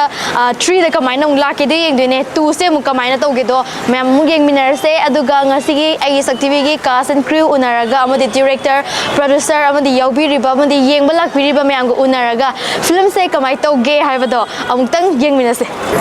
ꯔꯠꯅꯥ ꯅꯨꯡꯉꯥꯏꯔꯤꯕ ꯅꯨꯡꯉꯥꯏꯔꯤ ꯍꯥꯏꯇꯥꯔꯦ ꯌꯥꯁꯦ ꯍꯤꯒꯠꯅꯤꯡꯉꯦ ꯑꯩ ꯉꯁꯤꯗꯤ ꯀꯩꯒꯤꯔꯣꯗ ꯉꯁꯥꯏꯗꯩ ꯅꯣꯛꯑꯒ ꯑꯗꯨꯝ ꯂꯩꯔꯦꯕꯀꯣ ꯉꯁꯥꯏ ꯏꯟꯇꯔꯚꯤꯌꯨ ꯂꯧꯕ ꯀꯥꯟꯁꯤꯗ ꯆꯦ ꯂꯩꯔꯥꯡꯒ ꯆꯦ ꯃꯦꯔꯤꯁꯦ ꯈꯪꯉꯕ꯭ꯔꯥ ꯏꯟꯇꯔꯚꯤꯌꯨ ꯂꯧꯕ ꯃꯇꯝꯗ ꯃꯣꯏ ꯑꯅꯤꯗ ꯋꯥꯔꯤ ꯁꯥꯟꯅꯕꯗ ꯑꯃ ꯂꯩꯗꯥꯏꯅꯦ ꯅꯨꯄꯤ ꯃꯁꯦꯟ ꯄꯨꯟꯈ꯭ꯔꯗꯤ ꯑꯃ ꯋꯥꯔꯤ ꯑꯗꯨꯝ ꯊꯣꯛꯂꯛꯄꯤꯗꯣ ꯋꯥꯊꯤ ꯉꯥꯡꯅꯅꯤꯡꯕꯤꯗꯣ ꯑꯗꯨ ꯇꯧꯈ꯭ꯔꯦꯕ ꯀꯩꯅꯣ ꯄꯨꯛꯀꯤ ꯃꯇꯥꯡꯗꯒ ꯃꯌꯥꯝ ꯋꯥꯔꯤ ꯁꯥꯟꯅꯈ꯭ꯔꯦ ꯑꯩꯈꯣꯏꯗꯤ ꯄꯨꯛꯁꯦ ꯌꯥꯎꯕꯅꯤꯅ ꯄꯨꯛꯀꯤ ꯃꯇꯥꯡꯗ ꯃꯌꯥꯝ ꯋꯥꯔꯤ ꯁꯥꯟꯅꯈ꯭ꯔꯦ ꯑꯗꯣ ꯔत्नाꯗꯤ ꯗꯥꯏꯇꯤꯡꯒꯨꯝꯕ ꯑꯗꯒꯤ ꯀꯩꯅꯣꯁꯦ ꯍꯥꯏꯗꯤ ꯑꯩꯈꯣꯏ ꯐꯤꯒꯔꯒꯨꯝꯕ ꯁꯦꯝꯕꯁꯦ ꯃꯦꯟꯇꯦꯟ ꯇꯧꯕꯁꯦ ꯌꯥꯝ ꯐꯖꯅ ꯇꯧꯔꯝꯗꯧ ꯃꯥꯜꯂꯦ ꯇꯧꯕ꯭ꯔꯥ ꯇꯧꯕꯨꯗꯤ ꯇꯧꯋꯦ ꯑꯗꯣ ꯁꯨꯇꯤꯡ ꯆꯠꯂꯛꯄ ꯃꯇꯝꯗꯗꯤ ꯃꯇꯝꯁꯦ ꯇꯥꯏꯝ ꯃꯦꯅꯦꯖꯃꯦꯟꯁꯦ ꯋꯥꯠꯄꯅꯤꯅ ꯉꯝꯗ꯭ꯔꯁꯨ ꯉꯝꯗꯅ ꯍꯥꯏꯗꯤ ꯆꯥꯕꯗ ꯑꯣꯏꯅ ꯈꯤꯇꯪ ꯃꯇꯝ ꯇꯥꯏꯃꯤꯡꯗꯣ ꯁꯪꯗ꯭ꯔꯁꯨ ꯈꯤꯇꯪꯗꯤ ꯁꯦꯝꯃꯦ ꯑꯗꯣ ꯀꯩꯒꯗꯤ ꯆꯥꯏ ꯍꯥꯏꯗꯤ ꯐꯤꯒꯔ ꯁꯦꯝꯕ ꯃꯇꯝꯗ ꯀꯥꯏ ꯂꯣꯏ ꯆꯥꯏꯗ ꯂꯣꯏ ꯆꯥꯁꯟꯕ꯭ꯔꯥ ꯍꯥꯏꯗꯤ ꯑꯩꯈꯣꯏꯅ ꯆꯥꯔꯤ ꯁꯨꯃꯥꯏꯅ ꯆꯥꯕ꯭ꯔꯣ ꯑꯩꯈꯣꯏꯗꯤ ꯄꯪꯅꯣꯏꯗ ꯅꯣꯏꯊꯣꯛꯑꯦꯕ ꯑꯗꯩꯗꯤ ꯀꯩꯝ ꯇꯧꯗꯦ ꯑꯩꯁꯨ ꯌꯥꯗꯦ ꯈꯤꯇꯪ ꯆꯥꯕꯒ ꯑꯗꯨꯝ ꯍꯦꯛꯇ ꯅꯣꯏꯊꯣꯛꯄꯤ ꯀꯥꯡꯕꯨꯗꯨꯔꯕ ꯑꯩꯈꯣꯏ ꯃꯥꯟꯅꯩꯅꯦꯕ ꯆꯥꯕꯒꯤꯗꯤ ꯂꯣꯏ ꯁꯨꯅꯕ ꯆꯥꯏꯌꯦꯕ ꯑꯗꯨꯗ ꯈꯤꯇꯪ ꯍꯟꯊꯅ ꯆꯥꯕꯒꯤ ꯋꯥꯅꯦ ꯑꯗꯨꯒꯤꯅꯦꯕ ꯐꯤꯒꯔ ꯃꯦꯟꯇꯦꯟ ꯇꯧꯕ ꯉꯝꯃꯤꯁꯦ ꯑꯗꯨ ꯍꯧꯖꯤꯛ ꯉꯝꯗ꯭ꯔꯤꯗ ꯑꯗꯣ ꯂꯣꯏꯔꯦ ꯑꯗꯣ ꯌꯥꯗꯦ ꯍꯥꯏꯕ ꯍꯦꯛꯇ ꯃꯥꯡꯖꯅꯦ ꯃꯌꯥꯝ ꯈꯤꯟꯗ꯭ꯔꯤ ꯐꯥꯎꯕꯅꯦ ꯈꯪꯕ꯭ꯔꯥ ꯄꯦꯟꯗꯕꯩ ꯇꯥꯏꯞ ꯇꯧꯕꯗꯣ ꯈꯪꯕ꯭ꯔꯥ ꯆꯥꯅꯤꯡ ꯑꯗꯨꯝ ꯍꯥꯏꯗꯤ ꯑꯃ ꯑꯅꯤ ꯈꯛꯇꯪꯒ ꯈꯤꯜꯂꯒ ꯆꯥꯅꯤꯡꯗꯦꯕ ꯃꯌꯥꯝ ꯈꯤꯜꯂꯒ ꯆꯥꯅꯤꯡꯕꯗꯣ ꯑꯣꯏꯌꯦꯕ ꯑꯩꯈꯣꯏꯗꯤ ꯑꯗꯣ ꯉꯁꯤꯒꯤ ꯐꯤल्मꯒꯤ ꯋꯥꯔꯤꯗ ꯑꯃꯨꯛ ꯂꯥꯛꯑꯁꯤꯀꯣ ꯑꯩꯒꯤ ꯁꯛꯊꯤꯕꯤꯁꯦ ꯌꯥꯝ ꯆꯥꯛꯅ ꯂꯣꯏꯁꯟꯕ ꯍꯥꯏꯇꯥꯔꯦ ꯁꯤꯖꯟ 1ꯗꯁꯨ 2 ꯌꯦꯡꯅꯤꯡꯅꯕꯒꯤ ꯅꯪꯅ ꯁꯤꯖꯟ 1ꯗ ꯍꯥꯏꯔꯝꯕꯗꯣ ꯍꯥꯏꯗꯤ 1ꯗ ꯌꯥꯝ ꯆꯥꯛꯅ ꯂꯣꯏꯁꯟꯈ꯭ꯔꯗꯤ ꯁꯤꯖꯟ 2ꯁꯦ ꯌꯦꯡꯅꯤꯡꯗꯣꯏꯅꯤ ꯍꯥꯏꯗꯅ ꯑꯗꯨꯃꯥꯏꯅ ꯇꯧꯗꯅ ꯁꯤꯖꯟ 2ꯁꯤꯁꯨ ꯌꯥꯝ ꯆꯥꯛꯅ ꯂꯣꯏꯁꯟꯈ꯭ꯔꯦꯕꯀோ 4 ꯐꯥꯎꯕ ꯂꯩꯔꯤꯌꯦ ꯃꯤꯁꯦ ꯀꯌꯥꯝ ꯀꯨꯏꯅ ꯆꯥꯛꯍꯟꯈꯤꯗꯣꯏꯅꯣꯁꯤꯅꯤ ꯑꯩꯅ ꯍꯥꯏꯁꯦ ꯂꯣꯏꯗ꯭ꯔꯤ ꯐꯥꯎ ꯆꯥꯍꯟꯕ ꯇꯥꯔꯦ ꯂꯣꯏꯗ꯭ꯔꯤ ꯐꯥꯎꯕ ꯑꯗꯨꯝ ꯆꯥꯛꯍꯟꯗꯧꯔꯦꯕꯀꯣ ꯑꯩꯈꯣꯏ ꯃꯌꯥꯝꯁꯦ ꯚ꯭ꯌꯨꯋꯔꯁ ꯃꯌꯥꯝꯁꯤꯗꯤ ꯍꯦꯛꯇ ꯀꯩꯔꯣꯅꯦꯕ ꯍꯧꯖꯤꯛꯁꯦ ꯆꯪꯈ꯭ꯔꯤꯕ ꯃꯌꯥꯝꯗꯨꯁꯨ ꯑꯗꯨꯝ ꯆꯥꯛꯑꯒ ꯊꯣꯛꯂꯛꯇꯣꯏꯅꯦ ꯑꯍꯥꯟꯕ ꯐꯥꯔꯁ ꯁꯣ ꯌꯦꯡꯈꯤꯕꯗꯨꯁꯨ ꯑꯗꯨꯝ ꯆꯥꯛꯑꯒꯅꯦ ꯊꯣꯛꯂꯛꯏꯁꯦ ꯑꯩꯈꯣꯏꯁꯨ ꯐꯥꯔꯁ ꯁꯣ ꯌꯦꯡꯉꯒꯅꯤꯀꯣ ꯁꯣꯝꯗ ꯏꯟꯇꯔꯚꯤꯌꯨ ꯂꯧꯖꯔꯤꯁꯦ ꯑꯩꯈꯣꯏꯅ ꯑꯗꯨꯒ ꯍꯧꯖꯤꯛꯀꯤ ꯑꯩꯒꯤ ꯁꯛꯊꯤꯕꯤꯁꯤꯗ ꯑꯩꯈꯣꯏꯒꯤ ꯉꯁꯥꯏ ꯀꯩꯅꯣꯅ ꯍꯥꯏꯔꯦꯗ ꯆꯦ ꯂꯩꯔꯥꯡꯅ ꯑꯩꯅ ꯁꯨꯃꯥꯏꯅ ꯍꯪꯕ ꯆꯦ ꯂꯩꯔꯥꯡ ꯀꯩꯒꯤꯅꯣ ꯔत्नाꯁꯦ ꯌꯥꯝ ꯊꯤꯍꯜꯂꯤꯁꯦ ꯑꯗꯨ ꯍꯥꯏꯗꯤ मादो वारी जहाँ पादब जाने बा एपिसोड 1 की से तू दना वारी जो पारा के एकदम थियन की बनाए हद किसने हेले थी बा कहना नशा नहीं आ जरा थी है जा अस काय दिनो कुथी हमने इसमें वैसे लो रे कहीं नो उतों चा यकीने वो माले जे हाँ थी बदु ना आएगी मतलब खज़र को टाइमिंग दा चेंज में आम लाख बदु खंग बे वाने ना ट्रेडी अदुम जमन ना दुम उरने बा अदुम ना थी बदु ना जुहे ना आई वो ना भाई ना लाइक खल्ले हाँ अदुगा क्वेश्चन नमन ना अखोई की अमूबा मी से हरी फिल्म ने कहीं दा हरी अथी बस हान बजे एक तो मुहल्ली तना नंगी मोटा ꯃꯨꯔꯗꯤ ꯊꯤꯔꯅ ꯂꯩꯕ꯭ꯔꯥ ꯐꯤꯂꯝꯁꯤꯗ ꯍꯦꯛꯇ ꯃꯁꯛ ꯊꯤꯕ ꯍꯦꯛꯇ ꯃꯨꯍꯜꯂꯛꯏꯗꯅ ꯁꯤꯒꯤꯁꯦ ꯅꯪꯉꯣꯟꯗ ꯅꯁꯥꯗ ꯌꯥꯅꯤꯡꯕ꯭ꯔꯥ ꯍꯥꯏꯗꯤ ꯑꯃꯨꯕ ꯃꯤꯁꯦ ꯊꯤꯌꯦꯅ ꯂꯩꯖꯕ꯭ꯔꯕ ꯂꯩꯇꯦꯗ ꯑꯗꯨꯗꯤ ꯑꯩꯁꯨ ꯃꯨꯏ ꯀꯩꯅꯣ ꯀꯦꯕꯒꯤ ꯉꯧꯕ ꯃꯥꯟꯕꯩ ꯋꯥꯅꯦ ꯍꯥꯏꯗꯤ ꯃꯤꯒꯤ ꯃꯒꯨꯟ ꯍꯥꯏꯁꯦ ꯑꯃꯨꯕꯗꯨꯗ ꯂꯩꯕ ꯅꯠꯇꯦ ꯃꯥꯒꯤ ꯍꯥꯏꯗꯤ ꯑꯦꯅꯥꯇꯣꯃꯤꯗꯨꯗ ꯆꯦꯟꯗꯣꯏꯅꯤꯅ ꯍꯥꯏꯗꯤ ꯃꯨꯔꯒ ꯔꯥꯁꯤ ꯂꯩꯕꯒ ꯍꯥꯏꯕ ꯂꯩꯇꯦꯕ ꯑꯗꯨꯅ ꯐꯖꯕꯁꯨ ꯃꯌꯥꯝ ꯂꯩ ꯍꯣꯏ ꯊꯤꯕꯁꯨ ꯂꯩꯔꯝꯒꯅꯤꯀꯣ ꯂꯩꯔꯒꯁꯨ ꯃꯤꯒꯤ ꯃꯒꯨꯟ ꯍꯥꯏꯇꯥꯔꯦ ꯑꯗꯨꯅ ꯑꯩ ꯑꯗꯨꯃꯥꯏꯅ ꯈꯟꯗꯦ ꯑꯗꯣ ꯁꯨꯝ ꯑꯩꯒꯤ ꯃꯣꯠꯇꯅꯦꯕ ꯑꯩꯅ ꯍꯪꯅꯤꯡꯉꯤꯁꯦ ꯀꯩꯒꯤꯅꯣꯗ ꯀꯃꯦꯟ ꯈꯔꯗ ꯎꯏꯌꯦꯕ ꯍꯥꯏꯗꯤ ꯑꯃꯨꯕ ꯑꯩꯈꯣꯏꯁꯦ ꯀꯩꯅꯣ ꯍꯦꯛꯇ ꯐꯤꯂꯝꯗ ꯀꯩꯗ ꯊꯤꯕꯁꯦ ꯍꯦꯛꯇ ꯑꯃꯨꯕ ꯍꯦꯛꯇ ꯑꯣꯏꯍꯜꯂꯛꯏꯁꯦ ꯀꯩꯒꯤꯅꯣ ꯁꯤꯅꯦꯕ ꯔꯠꯅꯥꯁꯨ ꯃꯨꯕꯒꯤ ꯊꯤꯔꯦꯅ ꯍꯥꯏꯕꯤꯔꯤꯅꯦꯕ ꯔꯥꯁꯤꯗꯤ ꯂꯩꯔꯤꯅꯦꯕ ꯉꯁꯥꯏ ꯑꯗꯨ ꯃꯨꯔ ꯔꯥꯁꯤ ꯂꯩꯕꯒꯨꯝꯕꯁꯦ ꯁꯤꯁꯦ ꯀꯩꯒꯨꯝꯕ ꯔꯠꯅꯥꯁꯦ ꯃꯨꯔ ꯔꯥꯁꯤ ꯂꯩꯔꯝꯃꯗꯤ ꯅꯨꯡꯉꯥꯏꯒꯗ꯭ꯔꯥ ꯉꯧꯔꯒ ꯆꯝꯐꯨꯠ ꯑꯣꯏꯕꯅ ꯄꯥꯝꯕ꯭ꯔꯥ ꯀꯔꯝꯕꯅ ꯄꯥꯝꯃꯦ ꯔꯥꯁꯤ ꯂꯩꯕꯗꯨꯅ ꯐꯠꯇ꯭ꯔꯣ ꯍꯣꯏ ꯑꯃꯨꯕꯗꯨꯗꯤ ꯉꯧꯊꯣꯛꯍꯜꯂꯁꯨ ꯌꯥꯏ ꯍꯥꯏꯕꯅꯤꯗ ꯑꯗꯨꯅ ꯑꯃꯨꯕ ꯃꯤ ꯃꯌꯥꯝ ꯀꯩꯝ ꯋꯥꯕꯤꯔꯨꯔꯅꯨ ꯉꯧꯍꯟꯕꯗꯨꯗꯤ ꯀꯩꯁꯨ ꯅꯠꯇꯦ ꯅꯠꯇ꯭ꯔꯥ ꯍꯧꯖꯤꯛꯀꯤ ꯃꯇꯝꯗ ꯉꯧꯕ ꯍꯥꯏꯁꯦ ꯌꯥꯝ ꯂꯥꯏꯔꯦ ꯍꯣꯏ ꯑꯗꯨꯅ ꯉꯧꯒꯦꯔꯥ ꯃꯨꯒꯦꯔꯥ ꯏꯁꯥꯒꯤ ꯃꯒꯨꯟ ꯑꯃ ꯂꯩꯕꯗꯣ ꯑꯗꯨꯅ ꯈ꯭ꯋꯥꯏ ꯐꯩꯌꯦꯅ ꯈꯜꯂꯦ ꯑꯩꯒꯤ ꯃꯣꯠꯇ ꯑꯣꯀꯦ ꯁꯤꯖꯟ 4 ꯐꯥꯎꯕ ꯇꯧꯔꯛꯈꯤꯗꯣꯔꯤ ꯍꯧꯖꯤꯛꯁꯦ ꯁꯤꯖꯟ 2 ꯉꯁꯤ ꯇꯧꯔꯦ ꯑꯗꯨꯒ 3ꯁꯤꯅ next yearꯒꯤ January-ꯗ ꯍꯥꯏꯌꯦꯀꯣ ꯑꯗꯨꯒ 4ꯁꯤꯅ ꯑꯃꯨꯛ ꯃꯦꯕꯤ ꯑꯗꯨꯝ ꯅꯛꯑꯅꯤ ꯍꯣꯏ ꯍꯥꯏꯗꯤ ꯃꯊꯪ ꯆꯍꯤ ꯂꯣꯏ ꯂꯣꯏꯔꯅꯤ ꯅꯨꯡꯉꯥꯏꯇꯕ ꯐꯥꯎꯕ꯭ꯔꯥ ꯍꯣꯏ ꯐꯥꯎꯋꯦ ꯍꯥꯏꯗꯤ ꯑꯗꯨꯗ ꯅꯝꯕꯗ ꯊꯦꯡꯅꯔꯛꯈꯤꯕ ꯅꯨꯡꯉꯥꯏꯕ ꯑꯋꯥꯕꯁꯤꯡ ꯑꯗꯒꯤ ꯁꯣꯔꯣꯛꯇ ꯅꯝꯕꯗꯒ ꯀꯗꯥꯏꯗ ꯉꯥꯎꯕꯤꯅꯣ ꯁꯤꯕꯨꯒ ꯍꯥꯏꯔꯒ ꯑꯩ ꯅꯥꯀꯣꯡꯗ ꯂꯣꯏ ꯇꯥꯔꯤꯅꯤꯗꯅ ꯃꯤꯅ ꯍꯥꯏꯔꯛꯏꯕ ꯍꯣꯏ ꯑꯩ ꯀꯩꯅꯣ ꯊꯤꯃꯟꯕꯗꯨꯗ ꯍꯣꯏ ꯔꯇꯅꯥꯏ ꯃꯁꯛꯁꯤꯕꯨ ꯑꯁꯦꯡꯕꯔꯣ ꯁꯤꯕꯨꯒ ꯍꯥꯏꯔꯒ ꯃꯨꯁꯤꯟ ꯃꯨꯕꯗꯨꯗ ꯀꯩꯁꯨ ꯈꯟꯗꯦꯕ ꯍꯥꯏꯗꯤ ꯑꯩꯅ ꯇꯧꯔꯤꯗꯣ ꯍꯌꯦꯡ ꯃꯣꯏꯅ ꯎꯔꯀꯥꯟꯗ ꯈꯪꯗꯣꯏꯅꯦ ꯍꯥꯏꯕꯒꯤ ꯋꯥꯈꯜꯗꯣ ꯁꯤꯒꯤꯅꯤꯅꯦ ꯁꯤ ꯐꯤꯂꯝꯁꯤꯒꯤꯅꯦ ꯈꯜꯂꯦꯕ ꯑꯗꯩꯗꯤ ꯑꯁ ꯑꯗꯨꯅ ꯍꯦꯟꯅ ꯅꯨꯡꯁꯤ ꯀꯥꯏꯅ ꯍꯥꯏꯔꯛꯄꯁꯨ ꯌꯥꯎꯋꯦ ꯑꯗꯣ ꯌꯥꯝ ꯅꯨꯡꯁꯤ ꯑꯗꯨꯃꯥꯏꯅ ꯍꯥꯏꯕꯤꯔꯛꯄ ꯃꯌꯥꯝꯗꯣ ꯍꯥꯏꯗꯤ ꯀꯥꯏꯗꯩ ꯑꯉꯥꯎꯕꯤꯅꯣ ꯁꯤꯒꯤ ꯍꯥꯏꯁꯤꯅꯤ ꯐꯤꯂꯝꯁꯤꯅ ꯍꯥꯏꯗꯤ ꯑꯩꯉꯣꯟꯗ ꯑꯗꯨꯃꯥꯏꯅ ꯑꯣꯏꯍꯜꯂꯤꯕ ꯀꯦꯔꯦꯛꯇꯔꯁꯦ ꯍꯌꯦꯡ ꯇꯨꯡꯗ ꯐꯪꯉꯛꯀꯅꯤ ꯐꯪꯉꯛꯑꯣꯏ ꯆꯥꯟꯁꯇꯣ ꯂꯩꯇꯦ ꯑꯗꯣ ꯈꯪꯕ ꯅꯠꯇꯕꯅꯤ나 ꯍꯥꯏꯗꯤ ꯑꯗꯨꯗ ꯊꯦꯡꯅꯈꯤꯕ ꯑꯋꯥꯕ ꯃꯌꯥꯝꯗꯣ ꯈꯜꯂꯨꯔꯀꯥꯟꯗ ꯑꯁ ꯑꯩꯁꯦ ꯐꯪꯉꯛꯀꯅꯤ ꯐꯪꯉꯛꯑꯣꯏ ꯈꯪꯗꯦ ꯁꯤꯒꯨꯝꯕ ꯀꯦꯔꯦꯛꯇꯔꯁꯦ ꯀꯥꯏꯅ ꯈꯜꯂꯀꯥꯟꯗ ꯁꯤꯒꯤ ꯀꯦꯔꯦꯛꯇꯔꯁꯦ ꯍꯣꯏ ꯌꯨꯅꯤꯛ ꯑꯣꯏꯅ ꯈꯟꯖꯕ꯭ꯔꯥ ꯈꯜꯂꯦ ꯍꯥꯏꯗꯤ ꯑꯍꯥꯟꯕ ꯅꯝꯕ ꯍꯧꯒꯠꯂꯛꯄ ꯇꯥꯏꯃꯤꯡꯗꯁꯨ ꯁꯨꯃꯥꯏꯅ ꯇꯧꯕ ꯀꯦꯔꯦꯛꯇꯔꯒ ꯐꯪꯕꯁꯤꯗ ꯑꯗꯨꯝ ꯃꯌꯥꯝꯅꯁꯨ ꯅꯨꯡꯁꯤꯕꯤꯕꯒꯤ ꯑꯩ ꯁꯛꯊꯤꯕꯤꯗ ꯀꯨꯝꯕꯅꯦ ꯃꯥꯗꯤ ꯀꯥꯏꯅ ꯍꯥꯏꯔꯛꯄꯁꯦ ꯌꯥꯝ ꯍꯔꯥꯎꯋꯦꯕ ꯍꯥꯏꯗꯤ ꯃꯐꯝ ꯑꯃ ꯀꯜꯂꯒꯁꯨ ꯂꯩꯈ꯭ꯔꯦꯕ ꯊꯤꯕꯒꯤ ꯍꯥꯏꯕꯗꯣ ꯀꯩꯁꯨ ꯈꯟꯗꯦ ꯍꯥꯏꯗꯤ ꯁꯨꯃꯥꯏꯅ ꯇꯧꯗ ꯁꯛꯊꯤꯕꯤ ꯍꯥꯏꯔꯤꯁꯦ ꯔꯠꯅꯥꯅ ꯀꯨꯝꯕꯅꯤ ꯀꯥꯏꯅ ꯍꯥꯏꯔꯛꯄꯗ ꯅꯨꯡꯉꯥꯏꯕꯒ ꯄꯣꯛꯄꯗꯣ ꯏꯁꯥꯒꯤ ꯃꯐꯝ ꯑꯃ ꯂꯣꯏꯗꯤ ꯌꯥꯝ ꯀꯟꯖꯔꯕꯅꯦꯕꯀꯣ ꯂꯣꯏꯍꯟꯅꯤꯡꯗꯦ ꯑꯗꯨꯕꯨ ꯂꯣꯏꯗꯤ ꯂꯣꯏꯔꯅꯤ ꯑꯣꯀꯦ ꯔꯠꯅꯥꯁꯦ ꯑꯩꯈꯣꯏ ꯅꯪꯍꯧꯗꯅ ꯄ꯭ꯔꯣꯒꯥꯝꯗꯒꯤ ꯍꯦꯛꯇ ꯁꯠꯂꯒ ꯍꯦꯛꯇ ꯂꯧꯊꯣꯛꯑꯒ ꯏꯟꯇꯔꯚꯤꯌꯨ ꯇꯧꯔꯛꯄꯅꯦ ꯅꯨꯡꯉꯥꯏꯖꯩ ꯔꯠꯅꯥ ꯁꯨꯃꯥꯏꯅ ꯍꯔꯥꯎꯅꯒ ꯌꯥꯕꯤꯔꯛꯄꯁꯦ ꯌꯥꯝ ꯊꯥꯒꯠꯆꯩ ꯌꯥꯝꯅꯁꯨ ꯆꯝꯃꯦ ꯔꯠꯅꯥꯁꯦ ꯃꯌꯥꯝ ꯊꯦꯡꯅꯔꯒꯁꯨ ꯑꯗꯨꯝ ꯈꯪꯅꯤ ꯑꯗꯨꯒ ꯑꯩꯒꯤ ꯁꯛꯊꯤꯕꯤ ꯍꯥꯏꯔꯤꯕ ꯐꯤꯂꯝꯁꯦ ꯑꯗꯨꯝ ꯁꯤꯖꯟ 2ꯁꯦ 1ꯗ ꯌꯥꯝ ꯆꯥꯛꯅ ꯂꯣꯏꯁꯟꯈꯤꯕꯅꯦ 2ꯗ ꯁꯨꯝ ꯌꯦꯡꯕꯤꯌꯨ ꯃꯌꯥꯝꯅ ꯊꯥꯒꯠꯆꯔꯤ ꯔꯠꯅꯥ ꯉꯥꯏꯍꯥꯛꯇꯪ ꯋꯥꯔꯤ ꯁꯥꯟꯅꯕꯤꯕꯒꯤꯗꯃꯛꯇ Thank you. ꯍꯧꯖꯤꯛ ꯃꯌꯥꯝꯁꯦ ꯀ꯭ꯌꯨ ꯂꯦꯞꯄ ꯍꯧꯅꯈ꯭ꯔꯦ ꯑꯩꯒꯤ ꯁꯛꯊꯤꯕꯤꯒꯤ ꯁꯦꯀꯦꯟ ꯁꯣ ꯄꯨꯡ 5ꯗꯒꯤ ꯍꯧꯕꯁꯦ ꯀꯥꯞꯄ ꯍꯧꯒꯗꯧꯔꯦ ꯑꯗꯨꯗꯨꯅ ꯀ꯭ꯌꯨ ꯂꯦꯞꯄ ꯍꯧꯅꯈ꯭ꯔꯦ ꯃꯌꯥꯝꯁꯦ ꯍꯧꯖꯤꯛ ꯉꯥꯏꯅꯔꯤ ꯃꯌꯥꯝ ꯆꯪꯅꯔꯛꯄ ꯑꯗꯨꯒ ꯑꯩꯒꯤ ꯁꯛꯊꯤꯕꯤ ꯍꯥꯏꯔꯤꯕ ꯐꯤꯂꯝ ꯑꯁꯤꯁꯨ ꯌꯥꯝꯅ ꯀꯩ ꯍꯥꯏꯇꯥꯔꯦ ꯑꯩꯈꯣꯏꯒꯤ ꯃꯁꯛ ꯊꯤꯕ ꯅꯨꯄꯤ ꯑꯃꯅ ꯐꯖꯊꯣꯛꯂꯛꯄꯒꯤ ꯐꯤꯂꯝ ꯑꯃ ꯍꯥꯏꯇꯥꯔꯦꯀꯣ ꯑꯗꯨꯅ ꯃꯌꯥꯝꯁꯦ ꯌꯦꯡꯕ ꯍꯦꯛꯇ ꯈꯧꯔꯥꯡꯅ ꯉꯥꯏꯅꯩ ꯑꯗꯨꯒ ꯅꯨꯡꯉꯥꯏꯇꯕ ꯑꯃ ꯍꯥꯏꯇꯥꯔꯒꯗꯤ ꯑꯩꯈꯣꯏꯒꯤ ꯃꯁꯛ ꯊꯤꯕ ꯃꯤꯁꯦ ꯍꯦꯛꯇ ꯑꯃꯨꯕ ꯑꯣꯏꯍꯟꯕꯁꯦ ꯁꯤꯃꯗꯤ ꯌꯥꯝ ꯇꯁꯦꯡꯅ ꯅꯨꯡꯉꯥꯏꯖꯗꯦ ꯍꯦꯛꯇ ꯊꯤꯕꯨ ꯊꯤꯔꯗꯤ ꯍꯦꯛꯇ ꯃꯨꯁꯜꯂꯛꯄꯁꯦ ꯁꯤꯃ ꯅꯨꯡꯉꯥꯏꯇꯦ ꯍꯥꯏꯗꯤ ꯑꯉꯧꯕ ꯃꯤꯗꯁꯨ ꯑꯗꯨꯝ ꯑꯊꯤꯕ ꯂꯩꯀꯣ ꯃꯌꯥꯝꯒꯤ ꯀꯩ ꯃꯣꯠ ꯊꯝꯕꯤꯅꯤꯡꯉꯤ ꯁꯤꯒꯤ ꯃꯇꯥꯡꯗ ꯅꯥꯀꯪꯖꯝꯕ ꯀꯃꯥꯏ ꯇꯧꯔꯤꯒꯦ ꯀꯩ ꯍꯧꯖꯤꯛꯀꯥꯟꯁꯤꯕꯣ ꯅꯨꯡꯉꯥꯏ ꯀꯩ ꯏꯟꯖꯥꯡ ꯆꯥꯔꯛꯀꯦ ꯍꯋꯥꯏ ꯆꯥꯔꯦ ꯄ꯭ꯔꯤ ꯄ꯭ꯂꯥꯟ ꯀꯣꯏꯁꯟꯅꯤꯀꯣ ꯑꯩꯈꯣꯏꯅ ꯍꯪꯅꯔꯤꯁꯦ ꯃꯥꯅ ꯍꯪꯉꯛꯑꯣ ꯍꯥꯏꯕꯒꯤꯅꯦꯕꯀꯣ ꯑꯗꯣ ꯑꯩꯒꯤ ꯁꯛꯊꯤꯕꯤ 2ꯁꯦ ꯌꯥꯝ ꯐꯖꯈ꯭ರೆ 1ꯁꯨ ꯐꯖꯈ꯭ರೆ 2ꯁꯤꯁꯨ ꯆꯥꯛꯅ ꯑꯗꯨꯝ ꯃꯤꯉꯣꯟꯗ ꯍꯥꯏꯗꯤ ꯆꯥꯛꯅ ꯂꯣꯏꯁꯟꯕꯗꯣ ꯍꯥꯏꯗꯤ ꯉꯥꯏꯍꯟꯕꯒꯤ ꯇꯥꯏꯞ ꯇꯧꯕꯗꯣ ꯌꯦꯡꯍꯟꯅꯤꯡꯕꯗꯣ 3ꯁꯦ ꯑꯗꯨꯒ 1ꯁꯤꯁꯨ ꯑꯃꯨꯛ ꯂꯣꯏꯈꯤꯕ ꯃꯇꯝꯗ ꯌꯥꯝ ꯆꯥꯛꯅ ꯂꯣꯏꯁꯟꯈꯤꯕꯒꯤ 2ꯁꯦ ꯃꯌꯥꯝ ꯌꯦꯡꯕ ꯂꯥꯛꯅꯔꯤꯅꯦꯕ ꯌꯥꯝ ꯆꯥꯛꯅ ꯂꯣꯏꯁꯟꯈꯤꯕꯒꯤ ꯑꯗꯣ ꯉꯁꯤꯒꯤ ꯑꯦꯛꯇꯤꯡꯁꯦ ꯑꯗꯨꯛꯀꯤ ꯃꯇꯤꯛ ꯐꯖꯈ꯭ರೆ ꯌꯦꯡꯉꯦ ꯌꯥꯝ ꯐꯖꯈ꯭ರೆ ꯕꯦꯠ ꯍꯥꯏꯗꯤ ꯁꯥꯎꯕꯒꯁꯦ ꯑꯣꯟꯊꯣꯛꯅ ꯄꯛꯆꯔꯤꯕ ꯑꯗꯣ ꯌꯥꯝ ꯐꯖꯩꯌꯦ ꯑꯦꯛꯇꯤꯡꯒꯁꯦ ꯌꯥꯝ ꯍꯩꯀꯣ ꯑꯅꯧꯕ ꯑꯣꯏꯇꯥꯔꯒꯁꯨ ꯑꯅꯧꯕ ꯍꯥꯏꯕꯗꯤ ꯍꯣꯏ ꯑꯇꯣꯞꯄ ꯐꯤꯂꯝꯗꯕꯨꯗꯤ ꯑꯩꯈꯣꯏ ꯃꯌꯥꯝ ꯎꯖꯈ꯭ರೆ ꯑꯗꯨꯁꯨ ꯅꯧꯅ ꯃꯆꯤꯟ ꯇꯨꯝꯈꯠꯂꯛꯏꯕꯅꯦꯕꯀꯣ ꯑꯗꯣ ꯑꯦꯛꯇꯤꯡꯁꯦ ꯌꯥꯝ ꯍꯩꯈ꯭ꯔꯦ ꯍꯥꯟꯅ ꯑꯦꯛꯇꯤꯡ ꯇꯝꯃꯦ ꯍꯥꯏꯕꯤꯒꯦꯀꯣ ꯇꯝꯗꯦ ꯍꯥꯏꯕ ꯑꯗꯣ ꯉꯁꯤ ꯈ꯭ꯋꯥꯏ ꯉꯛꯄ ꯑꯃ ꯍꯥꯏꯇꯥꯔꯒꯗꯤꯀꯣ ꯑꯩꯒꯤ ꯁꯛꯊꯤꯕꯤꯁꯤꯗ ꯌꯥꯎꯔꯤꯕ ꯑꯩꯈꯣꯏꯒꯤ ꯁꯞꯄꯣꯔꯇꯤꯡ ꯔꯣꯜ ꯑꯣꯏꯔꯣ ꯑꯗꯒꯤ ꯃꯦꯟ ꯂꯤꯗ ꯑꯣꯏꯕꯤꯔꯤꯕ ꯗꯥ ꯀꯪꯖꯥꯝꯕꯒꯁꯦ ꯇꯝꯗꯦꯕ ꯑꯦꯛꯇꯤꯡꯁꯦ ꯃꯁꯥꯒꯤ ꯇꯦꯂꯦꯟ ꯂꯩꯕ ꯍꯥꯏꯕꯁꯦ ꯈꯪꯉꯕ꯭ꯔꯥ 코로나 문제 미제망도 khara 너 거의 다 수디요 맞아 khara 답비바 아두 거의 ꯑꯗꯨꯒ ꯇꯪꯅꯦꯕꯀꯣ ꯑꯗꯨ ꯇꯦꯂꯦꯟꯁꯦ ꯂꯣꯠꯁꯜꯂ ꯌꯥꯕ ꯅꯠꯇꯦꯕ ꯅꯠꯇ꯭ꯔꯥ ꯑꯗꯨꯅ ꯍꯦꯛꯇ ꯐꯨꯗꯣꯔꯛꯄꯅꯦꯕ ꯑꯗꯣ ꯍꯧꯖꯤꯛꯀꯤ ꯑꯩꯒꯤ ꯁꯛꯇꯤꯕꯤꯁꯦ 4ꯗ ꯂꯣꯏꯒꯅꯤ ꯍꯥꯏꯅ ꯇꯥꯛꯄꯤꯔꯦ ꯑꯩꯈꯣꯏ ꯄ꯭ꯔꯣꯗ꯭ꯌꯨꯁꯔꯅ 4ꯗ ꯑꯗꯨꯒ ꯋꯥꯔꯤꯁꯦ ꯃꯇꯦꯛ ꯑꯃꯇꯪ ꯂꯤꯔꯝꯃꯣ ꯑꯩꯈꯣꯏꯗꯤ ꯈꯪꯗꯕꯅꯤꯅꯕꯀꯣ ꯔꯠꯅꯥꯒ ꯗꯥ ꯀꯥꯡꯖꯥꯝꯕꯒ ꯊꯨꯡꯅꯀꯗꯣꯏꯔꯥ ꯍꯥꯏꯗꯣꯔꯛꯑꯣ ꯊꯨꯡꯅꯗꯣꯏꯅꯤ ꯌꯥꯝ ꯆꯥꯅ ꯂꯩꯔꯂ ꯍꯥꯏꯗꯣꯛꯇ꯭ꯔꯣ ꯊꯨꯡꯅꯗꯣꯏꯅꯦ ꯀꯥꯏ ꯌꯥꯝ ꯋꯥꯔꯁꯨ ꯋꯥꯔꯦ ꯑꯗꯨ ꯔꯠꯅꯥꯁꯦ ꯀꯃꯥꯏꯅ ꯇꯧꯔꯀꯥꯟꯗ ꯅꯨꯡꯁꯤꯔꯛꯀꯦ ꯑꯗꯨꯏ ꯃꯇꯥꯡꯗꯣ ꯑꯃꯨꯛꯇꯪ ꯍꯥꯏꯕꯤꯔꯣ ꯑꯗꯨꯃꯗꯤ ꯍꯥꯏꯗꯣꯛꯑꯒꯦ ꯁꯤꯃꯥ ꯌꯦꯡꯉ ꯈꯪꯉꯒꯗꯤ ꯑꯩꯗꯤ ꯈꯪꯉꯤ ꯑꯗꯨ ꯍꯥꯏꯗꯣꯛꯈ꯭ꯔꯗꯤ ꯃꯌꯥꯝ ꯕꯤꯠ ꯌꯥꯎꯔꯣꯏꯕ ꯑꯗꯨꯏꯁꯨ ꯑꯗꯨꯅ ꯍꯦꯟꯅ ꯕꯤꯠ ꯌꯥꯎꯗꯣꯏꯅꯦ ꯑꯝꯇꯪ ꯍꯥꯏꯔꯝꯃꯣ ꯑꯗꯨ ꯃꯇꯦꯛꯇꯨꯇꯪ ꯀꯥꯎꯔꯦ ꯌꯥꯔꯦ ꯀꯥꯎꯁꯟꯅꯈꯤꯕꯩ ꯋꯥꯅꯤ ꯑꯣꯀꯦ ꯑꯩꯒꯤ ꯁꯛꯇꯤꯕꯤ ꯍꯥꯏꯔꯤꯕ ꯐꯤꯂꯝꯁꯤꯗ 에피ꯁꯣꯗ 2ꯗꯒꯤ ꯍꯧꯔꯒ ꯌꯥꯎꯔꯛꯑꯦ ꯆꯦ ꯕꯅꯤꯇꯥꯁꯦꯀꯣ ꯀꯨꯏꯅ ꯎꯔꯨꯗ꯭ꯔꯕꯒꯤ ꯃꯇꯨꯡꯗꯗꯤ ꯉꯍꯥꯟꯒꯩ ꯀꯥꯏꯗ ꯂꯣꯠꯂꯒ ꯂꯩꯔꯨꯒꯦ ꯅꯍꯥꯟꯈꯩ ꯑꯗꯨꯝ ꯂꯩ ꯑꯗꯣ 에피ꯁꯣꯗ 1ꯗꯗꯤ ꯃꯌꯥꯝꯅ ꯎꯗ꯭ꯔꯦ ꯑꯗꯣ 2ꯁꯤꯗ ꯑꯣꯏꯅ ꯊꯣꯛꯂꯛꯑꯒꯦꯅ ꯑꯗꯣ ꯑꯩꯒꯤ ꯁꯛꯇꯤꯕꯤ ꯈꯤꯇꯪ ꯅꯠꯇꯕꯤꯗ ꯉꯍꯥꯟꯈꯩ ꯍꯥꯏꯗꯤ ꯐꯤꯂꯝ ꯃꯌꯥꯝ ꯑꯃ ꯇꯧꯔꯝꯃꯀꯥꯟꯗ ꯆꯞ ꯂꯥꯎ ꯂꯦꯞꯄꯨꯔꯦꯗꯅ ꯑꯗꯨ ꯀꯗꯥꯏꯗ ꯂꯩꯕꯤꯔꯨꯒꯦꯕ ꯏꯁꯥꯒꯤ ꯄ꯭ꯔꯣꯕ꯭ꯂꯦꯝ ꯑꯃ ꯂꯩꯕꯒꯤ ꯑꯗꯨꯃꯥꯏꯅ ꯂꯦꯞꯆꯔꯨꯔꯦ ꯍꯥꯏꯇꯥꯔꯦ ꯐꯦꯃꯤꯂꯤꯒꯤ ꯍꯣꯏ ꯅꯨꯡꯉꯥꯏꯇꯦ ꯍꯥꯏꯗꯤ ꯎꯔꯝꯃꯀꯥꯟꯗ ꯑꯗꯨꯃꯥꯏꯅ ꯆꯞ ꯂꯥꯎꯅ ꯂꯦꯞꯄꯁꯦ ꯀꯩꯒꯤꯅꯣ ꯍꯥꯏꯕ ꯃꯇꯝꯗ ꯃꯌꯥꯝꯅ ꯑꯗꯨꯝ ꯍꯥꯏꯗꯤ ꯄꯥꯝꯅꯕ ꯃꯌꯥꯝ ꯌꯥꯎꯔꯝꯗꯣꯏꯅꯦ ꯆꯦ ꯕꯅꯤꯇꯥꯗ ꯀ꯭ꯔꯁ ꯂꯩꯕ ꯀꯥꯏꯅ ꯀꯩꯗꯧꯔꯖꯥꯠꯅꯣ ꯀꯥꯏꯅꯒ ꯈꯜꯂꯝꯗꯣꯏꯅꯦ ꯑꯗꯣ ꯏꯅꯧ ꯅꯧꯅ ꯍꯥꯏꯗꯤ ꯍꯧꯖꯤꯛ ꯑꯃꯨꯛ ꯑꯩꯒꯤ ꯁꯛꯇꯤꯕꯤꯁꯤꯗ ꯑꯃꯨꯛ ꯃꯌꯥꯝꯗ ꯑꯃꯨꯛ ꯁꯛꯁꯦ ꯎꯕ ꯐꯪꯍꯟꯕꯤꯕꯁꯦ ꯁꯤ ꯑꯩꯈꯣꯏꯒꯤꯁꯨ ꯌꯥꯝꯅ ꯂꯥꯏꯕꯛ ꯐꯕꯅꯦ ꯍꯥꯏꯇꯥꯔꯦ ꯍꯥꯏꯗꯤ ꯁ꯭ꯇꯥꯔ ꯑꯃꯅ ꯀꯩꯝꯇ ꯍꯥꯏꯔꯝꯗꯕꯤꯗ ꯆꯨꯞꯆꯥꯞ ꯂꯩꯈꯤꯕꯁꯦ ꯁꯤ ꯌꯥꯝ ꯅꯨꯡꯉꯥꯏꯇꯦꯕꯀꯣ ꯑꯩꯈꯣꯏꯅꯁꯨ ꯑꯗꯣ ꯍꯧꯖꯤꯛꯀꯥꯟꯁꯦ ꯀꯃꯥꯏ ꯇꯧꯔꯤꯒꯦ ꯅꯨꯡꯉꯥꯏꯔꯤꯕ ꯍꯧꯖꯤꯛꯁꯦ ꯌꯥꯝ ꯅꯨꯡꯉꯥꯏꯌꯦ ꯍꯥꯏꯇꯥꯔꯦ ꯑꯗꯣ ꯈꯪꯗꯦ ꯀꯃꯥꯏꯅ ꯍꯥꯏꯗꯣꯏꯅೋ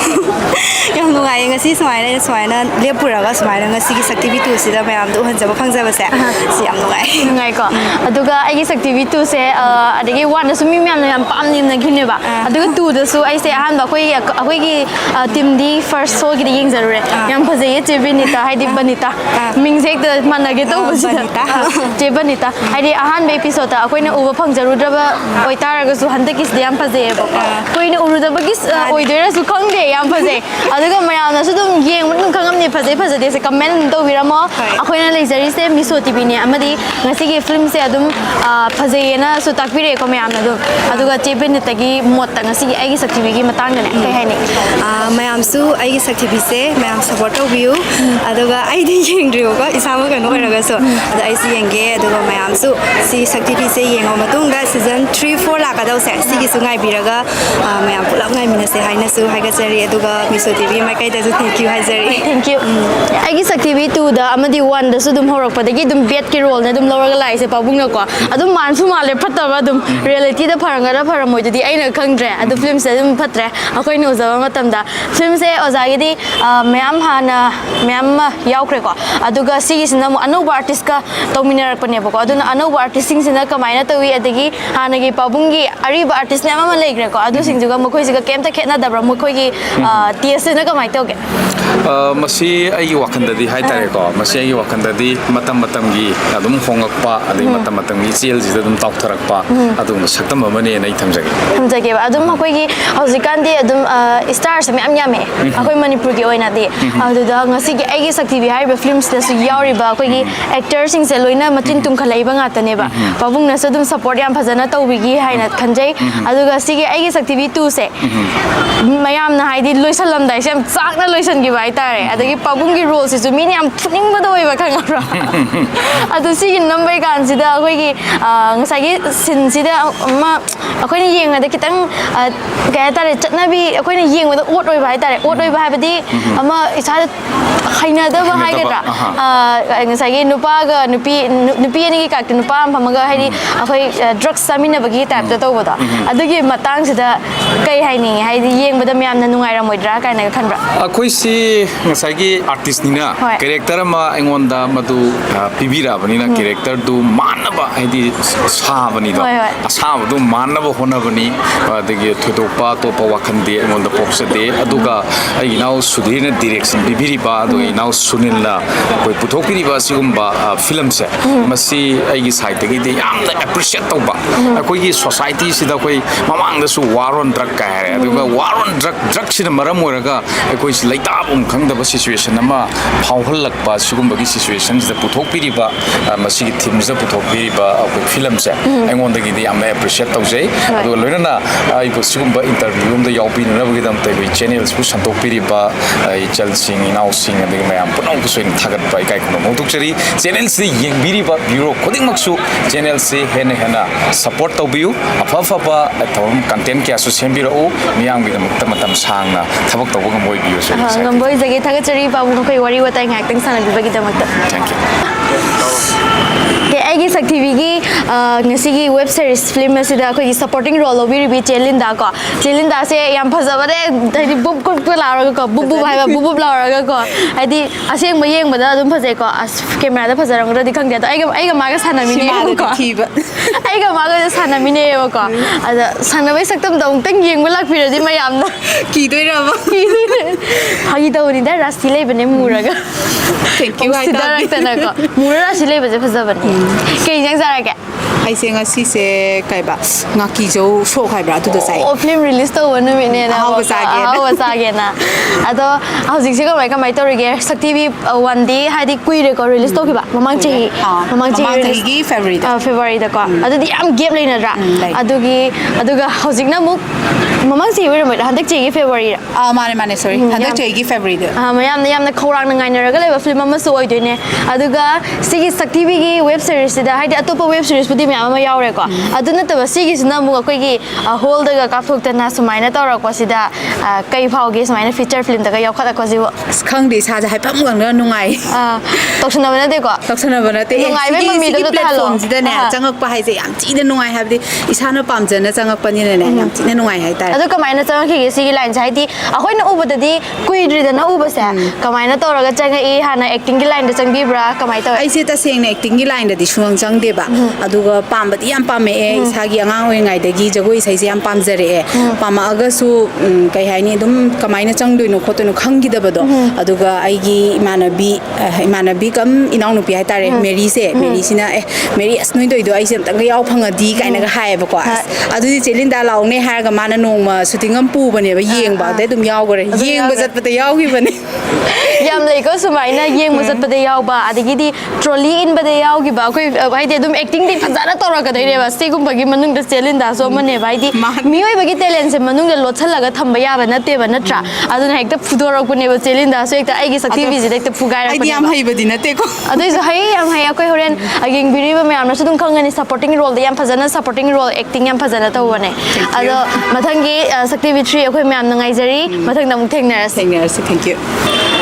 ꯑꯩꯒ ꯍꯧꯖꯤꯛ ꯂꯩꯃꯤꯟꯅꯔꯤꯕꯁꯤ ꯑꯩꯒꯤ ꯁꯛ ꯇꯤꯚꯤ ꯍꯥꯏꯔꯤꯕ ꯐꯤल्म ꯑꯁꯤꯒꯤ ꯄ꯭ꯔꯣꯗ꯭ꯌꯨꯁꯔ ꯑꯣꯖꯥ ꯁꯨꯅꯤꯜ ꯊꯥꯡꯖꯝ ꯑꯣꯖꯥ ꯐꯤल्मꯁꯦ ꯀꯔꯝ ꯀꯥꯟꯗ ꯌꯥꯝ ꯆꯥꯛ ꯆꯥꯅ ꯂꯣꯏꯁꯜꯂꯁꯤ ꯀꯔꯝ ꯀꯥꯟꯗ ꯂꯣꯏꯗꯣꯏꯅꯣ ꯄꯥꯔꯠꯁꯦ ꯍꯧꯖꯤꯛ ꯉꯁꯤ ꯔꯤꯂꯤꯁ ꯇꯧꯗꯣꯏꯁꯤꯅ ꯄꯥꯔꯠ 2ꯅꯦꯕꯀꯣ ꯄꯥꯔꯠ ꯑꯩꯈꯣꯏꯒꯤ ꯋꯥꯔꯤ ꯏꯕ ꯑꯩꯈꯣꯏꯒꯤ ꯏꯆꯟ ꯁꯥꯟꯕꯤꯔꯥꯃꯤꯁꯤꯅ ꯌꯥꯝ ꯁꯥꯡꯅ ꯏꯃꯟꯗꯅꯀꯣ ꯄꯥꯔꯠ 4 ꯐꯥꯎ ꯊꯣꯛꯑꯦ 4ꯗ ꯂꯣꯏꯔꯅꯤ ꯑꯗꯣ ꯍꯧꯖꯤꯛꯁꯦ ꯌꯥꯝ ꯅꯨꯡꯉꯥꯏꯕ ꯑꯃ ꯍꯥꯏꯒꯗ꯭ꯔꯥ ꯑꯩꯈꯣꯏꯒꯤ 3 4ꯁꯨ ꯂꯣꯏ ꯅꯝꯕ ꯂꯣꯏꯔꯦ 3ꯁꯦ ꯖꯅꯋꯥꯔꯤꯒꯤ ꯐꯥꯔꯁ ꯋꯤꯛꯇ ꯔꯤꯂꯤꯁ ꯇꯧꯕꯒꯤ ꯄ꯭ꯂꯥꯟꯅꯦ ꯌꯥꯝ ꯀꯨꯏꯅ ꯉꯥꯏꯍꯜꯂꯤꯁꯦ ꯀꯩꯒꯤꯅꯣ ꯌꯥꯝ ꯑꯇꯩꯒ ꯌꯦꯡꯅꯔꯨꯔꯗꯤ ꯌꯥꯝ ꯀꯨꯏꯅ ꯉꯥꯏꯍꯟꯗ꯭ꯔꯕꯅꯦ ꯑꯩꯈꯣꯏ ꯌꯥꯔꯤꯉꯩ ꯑꯗꯨꯝ ꯈꯔ ꯊꯨꯅꯕ ꯍꯥꯏꯗꯤ ꯍꯥꯟꯅꯁꯨ ꯋꯥꯔꯤꯗ ꯇꯥꯈ꯭ꯔꯕꯅꯤꯅꯕꯀꯣ ꯑꯗꯨꯅ ꯌꯥꯔꯤꯉꯩ ꯚꯥꯕꯨꯛꯇ ꯀꯩꯅꯣ ꯇꯧꯍꯟꯗꯕꯤꯗ ꯐꯠ ꯑꯗꯨꯝ ꯇꯧꯔꯒ ꯑꯩꯈꯣꯏ ꯃꯦꯛꯁꯤꯃꯝ ꯍꯧꯖꯤꯛ ꯅꯝꯕ ꯂꯣꯏꯊꯣꯛꯑꯦꯕꯀꯣ ꯑꯗꯣ 3ꯁꯦ ꯍꯧꯖꯤꯛ ꯖꯅꯋꯥꯔꯤꯒꯤ ꯐꯥꯔꯁ ꯋꯤꯛ ꯑꯗꯨꯗ ꯑꯗꯨꯃꯥꯏꯅ ꯔꯤꯂꯤꯁ ꯇꯧꯕꯒꯤ ꯄ꯭ꯂꯥꯟ ꯂꯩ ꯑꯇꯣꯞꯄ ꯑꯣꯖꯥꯒꯤ ꯀꯩ ꯐꯤल्म ꯄ꯭ꯔꯣꯖꯦꯛ ꯀꯩ ꯂꯩꯔꯤꯒꯦ ꯑꯍꯥꯟꯕꯗ ꯑꯩꯒꯤ ꯈ꯭ꯋꯥꯏ ꯏꯍꯥꯟ ꯍꯥꯟꯕꯒꯤ ꯄ꯭ꯔꯣꯗꯛꯁꯟꯗ ꯕꯤꯒꯣ ꯂꯥꯏꯐ ꯑꯃꯗꯅ ꯑꯩꯈꯣꯏ ꯃꯥꯏ ꯄꯥꯛꯅ ꯇꯧꯈ꯭ꯔꯦꯀꯣ ꯕꯤꯒꯣ ꯂꯥꯏꯐ ꯇꯧꯈ꯭ꯔꯦ ꯑꯗꯣ ꯍꯧꯖꯤꯛ ꯁꯤꯗꯩꯗ ꯑꯩꯈꯣꯏꯒꯤ ꯅꯦꯛꯁ ꯏꯌꯔꯒꯤ ꯑꯩꯈꯣꯏꯒꯤ ꯃꯥꯔꯆ ꯑꯦꯄ꯭ꯔꯤꯜ ꯁ꯭ꯋꯥꯏꯗꯒꯤ ꯑꯇꯣꯞꯄ ꯄ꯭ꯔꯣꯖꯦꯛ ꯑꯃ ꯄꯥꯏꯕꯒꯤ ꯍꯥꯏꯐꯦꯠ ꯋꯥꯈꯜꯗꯤ ꯂꯩꯔꯤ ꯑꯗꯨ ꯉꯝꯕ ꯉꯝꯗꯕ ꯍꯥꯏꯕꯗꯨꯗꯤ ꯏꯁꯣꯔꯅ ꯑꯗꯨꯃꯥꯏꯅ ꯈꯟ ꯇꯥꯔꯦꯀꯣ ꯑꯗꯣ ꯍꯧꯖꯤꯛ ꯐꯥꯎꯒꯤꯗꯤ ꯑꯣꯏꯅ ꯑꯗꯨꯝ ꯃꯥꯏ ꯄꯥꯛꯑꯒꯁꯨ ꯂꯩ ꯕꯤꯒꯣ ꯂꯥꯏꯐ ꯑꯃꯗ ꯑꯩꯈꯣꯏꯒꯤ RK ꯆꯟꯊꯣꯏꯕꯤꯅꯒ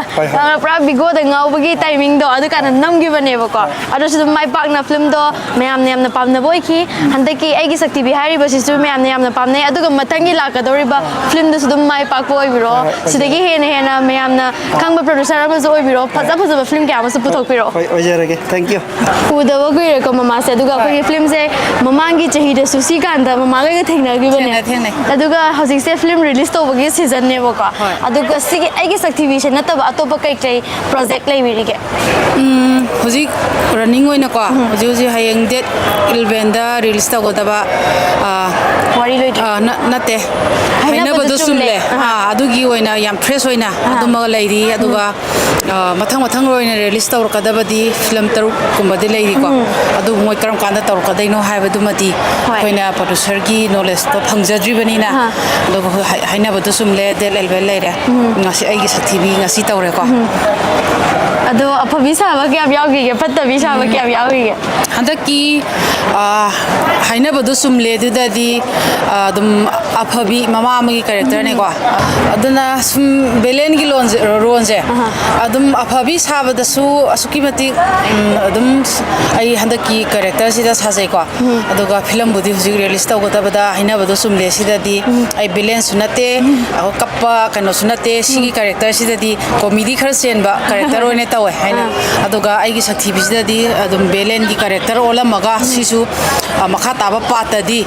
ꯌꯥꯝꯅ ꯐꯔꯛꯀꯗꯣꯏꯅꯦꯕ ꯏꯃꯣꯁꯅꯦꯜ ꯑꯣꯏꯕ ꯑꯩꯒꯤ ꯌꯥꯝꯅ ꯑꯩꯈꯣꯏꯒꯤ ꯐꯤꯂꯝꯁꯤ ꯁꯤꯒꯤ ꯑꯩꯒꯤ ꯁꯛꯊꯤꯕꯤ ꯍꯥꯏꯔꯤꯕ ꯐꯤꯂꯝꯁꯦ ꯁꯤꯗꯩꯁꯤꯗ ꯑꯩꯒꯤ ꯀꯦꯔꯦꯛꯇꯔꯁꯦ ꯏꯁꯥꯅ ꯌꯥꯝ ꯄꯥꯝꯖꯔꯦ ꯍꯥꯏꯇꯥꯔꯦ ꯍꯥꯟꯅ ꯑꯩꯅ ꯌꯥꯝ ꯄꯥꯝꯂꯨꯗ꯭ꯔꯒꯁꯨ ꯀꯣꯟꯅ ꯑꯀꯣꯟꯕꯗꯗꯤ ꯃꯥꯒꯤ ꯃꯆꯥꯕꯨ ꯑꯩꯈꯣꯏꯒꯤ ꯃꯥꯒꯤ ꯃꯆꯥꯅ ꯀꯣꯏꯖꯔꯤꯕ ꯅꯨꯄꯤꯗꯨꯕꯨ ꯌꯥꯝꯅ ꯃꯤꯔꯥꯏꯔꯒ ꯇꯥꯊꯤ ꯇꯥꯑꯣꯏꯅꯒ ꯇꯧꯔꯨꯔꯒ ꯂꯥꯁꯇꯗꯤ ꯃꯥꯒꯤ ꯃꯆꯥꯅ ꯃꯥꯡꯉꯛꯑꯕ ꯀꯥꯟꯗ ꯑꯩꯅ ꯁꯦꯡꯅ ꯍꯥꯏꯖꯔꯕꯗ ꯁꯤꯒꯤ ꯐꯤꯂꯝ ꯁꯨꯇꯤꯡꯗ ꯑꯩ ꯌꯥꯝꯅ ꯑꯩꯈꯣꯏ ꯔꯤꯌꯦꯂꯤꯇꯤ ꯑꯣꯏꯅꯀꯣ ꯑꯩ ꯊꯃꯣꯏ ꯃꯅꯨꯡꯗꯒꯤ ꯌꯥꯝꯅ ꯋꯥꯈꯜꯁꯨ ꯌꯥꯝ ꯋꯥꯅ ꯑꯩꯈꯣꯏꯒꯤ ꯅꯦꯆꯔꯦꯜꯗ ꯍꯥꯏꯇꯥꯔꯦ ꯊꯃꯣꯏꯗ ꯑꯩ ꯀꯞꯄꯁꯦ ꯑꯗꯨꯝ ꯀꯞꯊꯈꯤꯗꯅ ꯑꯩꯁꯦ ꯂꯦꯞꯄꯨ ꯌꯥꯗꯕ ꯍꯣꯏ ꯑꯁ ꯌꯥꯝ ꯊꯤꯅ ꯅꯨꯡꯉꯥꯏꯇ ꯆꯥꯅꯦ ꯃꯆꯥꯅꯨꯄꯥꯁꯦ ꯃꯥꯅ ꯌꯥꯝ ꯅꯨꯡꯁꯤꯅ ꯇꯧꯔꯀꯥꯟꯗ ꯉꯁꯥꯏꯒꯤ ꯁꯨꯇꯤꯡꯁꯤꯗ ꯇꯤꯀꯠꯇꯅ ꯀꯞꯄꯗꯣ ꯅꯨꯡꯁꯤꯃꯟꯗꯅ ꯂꯨꯅ ꯇꯧꯕꯗ ꯃꯥꯡꯉꯛꯄꯗꯣ ꯂꯨꯅ ꯇꯧꯕꯗ ꯃꯥꯡꯕꯗꯣ ꯑꯗꯨꯅ ꯏꯆꯥꯁꯦ ꯅꯨꯡꯁꯤꯃꯜꯂꯁꯨ ꯀꯥ ꯍꯦꯟꯅ ꯂꯨꯅ ꯇꯧꯕ ꯐꯠꯇꯦ ꯍꯥꯏꯕ ꯃꯦꯁꯦꯖꯁꯦ ꯑꯩ ꯃꯤꯌꯥꯝꯗ ꯄꯤꯅꯤꯡꯉꯦ ꯑꯗꯨꯒ ꯑꯐꯕ ꯁꯥꯕꯒ ꯐꯠꯇꯕ ꯁꯥꯕꯒꯁꯦ ꯀꯔꯝꯕꯅ ꯍꯦꯟꯅ ꯄꯥꯝꯃꯤ ꯃꯃꯥꯒꯤꯗꯤ ꯑꯩꯒꯤꯗꯤ ꯑꯅꯤꯃꯛ ꯑꯗꯨꯝ ꯄꯥꯝꯃꯦ ꯁꯤꯃ ꯄꯥꯝꯗꯦ ꯍꯥꯏꯅꯤꯡꯉꯥꯏ ꯂꯩꯇꯦꯀꯣ ꯑꯗꯨꯕꯨ ꯕꯦꯂꯦꯟꯁꯁꯨ ꯄꯥꯝꯃꯦ ꯑꯐꯕ ꯁꯥꯕꯁꯨ ꯄꯥꯝꯃꯦ ꯑꯗꯨꯕꯨ ꯑꯐꯕ ꯁꯥꯏ ꯍꯥꯏꯗꯅ ꯅꯣꯔꯃꯦꯜꯒꯤ ꯑꯣꯏꯕ ꯀꯦꯔꯦꯛꯇꯔꯁꯤꯗꯤ ꯑꯩꯅ ꯈꯤꯇꯪ ꯄꯥꯝꯕ ꯋꯥꯠꯂꯦ ꯑꯐꯕ ꯑꯣꯏꯔꯒꯁꯨ ꯌꯥꯝ ꯐꯔꯒ ꯀꯞꯄ ꯏꯃꯣꯁꯅꯦꯜ ꯑꯣꯏꯕ ꯌꯥꯝꯅ ꯃꯤꯉꯣꯟꯗ ꯊꯃꯣꯏ ꯁꯣꯛꯍꯟꯕ ꯑꯣꯏꯕ ꯀꯦꯔꯦꯛꯇꯔꯗꯣ ꯑꯗꯨ ꯄꯥꯝꯃꯦ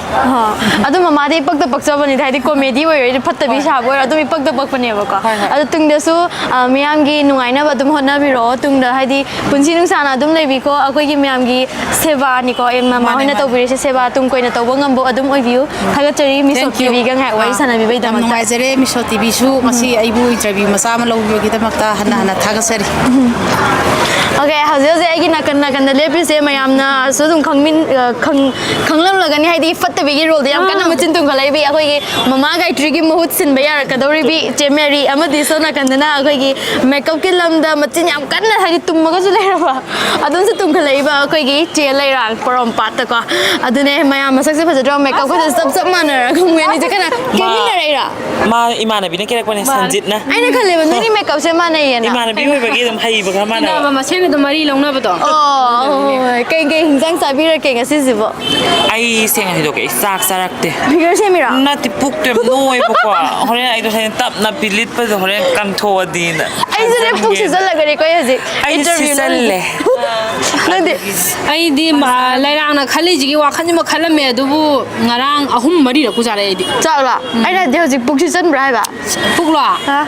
ꯏꯁ ꯅꯣꯏ ꯇꯧꯔ ꯑꯩ ꯀꯩꯗꯧ ꯇꯧꯔꯣꯏꯗꯕ ꯑꯩꯁꯨ ꯁꯤꯆꯜꯂꯤꯅꯤ ꯀꯩꯅꯣ ꯆꯞꯃꯥꯟꯅ ꯄꯨꯛ ꯁꯤꯖꯜꯂꯤꯅꯤꯀꯣ ꯁꯤꯆꯜꯂꯤꯅꯦ ꯍꯣꯔꯦꯟ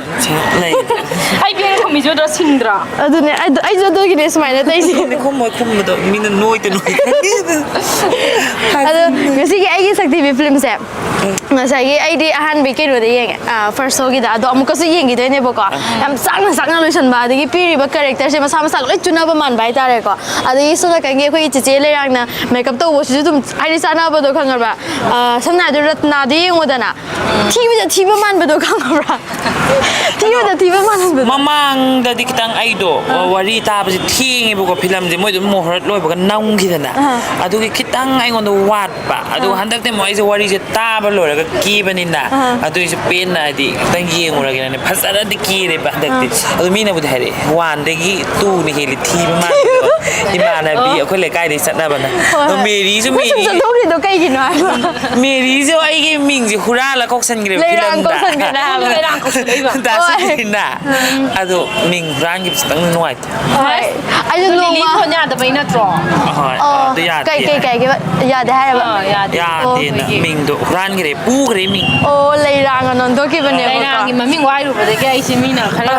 ꯑꯗꯣ ꯐꯤꯂꯝꯗꯣ ꯍꯥꯏꯗꯤ ꯆꯦꯔꯤꯇꯤ ꯌꯥꯝꯅ ꯂꯧꯕꯤꯌꯨ ꯌꯥꯝ ꯐꯖꯕꯅꯤ 1ꯗꯣ ꯊꯥꯗꯣꯛꯑꯕꯅꯤ ꯌꯦꯡꯕꯤꯌꯨ 1 ꯍꯥꯟna 2ꯁꯨ ꯑꯗꯨꯒ 2 ꯊꯥꯗꯣꯔꯛꯑꯅꯤ ꯊꯥꯗꯣꯔꯛꯑꯅꯤ ꯑꯗꯨꯅ 2ꯒꯤ ꯆꯦꯔꯤꯇꯤ ꯂꯧꯕꯤꯌꯨ ꯅꯨꯡꯉꯥꯏꯅ ꯌꯦꯡꯕꯤꯌꯨ ꯐꯤꯂꯝ ꯑꯅꯧꯕ ꯉꯥꯛꯇ ꯀꯨꯝꯃꯁꯨ ꯋꯥꯔꯤ ꯐꯖꯕꯅꯤꯅ ꯐꯤꯂꯝ ꯑꯗꯨꯝ ꯐꯖꯕꯅꯤ ꯑꯅꯧꯕꯕꯨ ꯁꯞꯄꯣꯔꯠ ꯇꯧꯕꯤꯌꯨꯅ ꯑꯩꯒꯤ ꯃꯥꯏꯀꯩꯗꯒꯤ ꯍꯥꯏꯖꯔꯤ ꯑꯩꯁꯨ ꯑꯅꯧꯕꯅꯤ ꯄꯨꯟꯅ ꯇꯤꯝ ꯋꯥꯔꯛ ꯑꯣꯏꯅ ꯊꯕꯛ ꯇꯧꯃꯤꯟꯅꯕꯅꯤ ꯑꯗꯨꯕꯨ ꯇꯤꯝ ꯋꯥꯔꯛꯀꯤ ꯑꯋꯥꯕꯁꯦ ꯈꯪꯕꯤꯔꯒ ꯃꯤꯌꯥꯝꯅ ꯁꯞꯄꯣꯔꯠ ꯇꯧꯕꯤꯌꯨ ꯐꯤꯂꯝꯁꯤ ꯌꯦꯡꯕꯤꯌꯨ ꯄꯥꯝꯅ ꯆꯦꯔꯤꯇꯤ ꯂꯧꯕꯤꯌꯨ ꯑꯩꯒꯤ ꯃꯥꯏꯀꯩꯗꯒꯤ ꯍꯥꯏꯖꯔꯤ ꯑꯗꯣ ꯅꯪ ꯐꯤꯒꯔ ꯀꯩꯅꯣ ꯇꯧꯅꯕ ꯍꯣꯠꯅꯕ ꯈꯨꯝꯅꯕ ꯁꯨꯝ ꯆꯠꯊꯈ꯭ꯔꯤꯗꯣ ꯀꯩꯒꯤꯅꯣ ꯑꯩꯗꯣ ꯑꯗꯨꯅꯗꯤ ꯇꯨꯡ ꯁꯨꯃꯥꯏꯅ ꯅꯨꯡꯁꯤꯗ ꯁꯨꯝ ꯄꯨꯁꯜꯂꯛꯏꯁꯦ ꯑꯣꯀꯦ ꯃꯃꯥꯡꯗ ꯅꯛꯄꯗꯣ ꯑꯣꯀꯦ ꯄꯨꯛꯇꯁꯨ ꯅꯌꯥꯡꯁꯦ ꯋꯥ ꯉꯥꯡꯁꯦ ꯃꯌꯨꯝꯗ ꯇꯝꯃꯛꯑꯝꯗꯧ ꯃꯥꯜꯂꯦ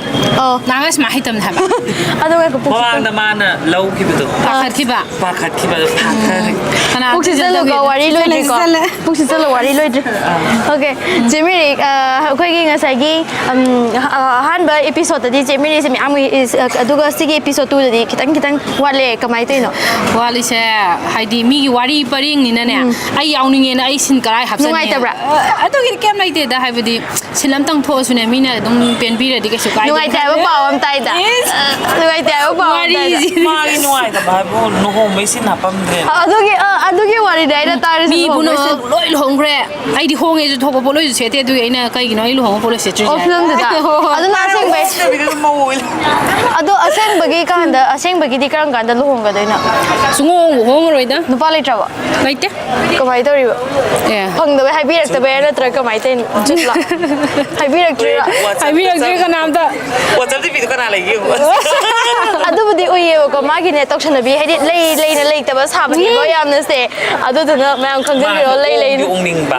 ꯑꯗꯨꯒ ꯐꯤꯂꯝꯁꯨ ꯑꯃꯨꯛ ꯇꯧꯅꯤꯡꯕ ꯌꯥꯜꯂ ꯂꯩꯕ ꯍꯥꯏꯗꯤ ꯃꯥꯅ ꯈꯔ ꯀꯨꯝꯈꯠꯂꯝꯗꯗꯤ ꯃꯥꯅ ꯍꯥꯟꯅ ꯅꯝꯕꯣꯜꯂꯣꯝ ꯂꯩꯔꯝꯅꯦꯕꯀꯣ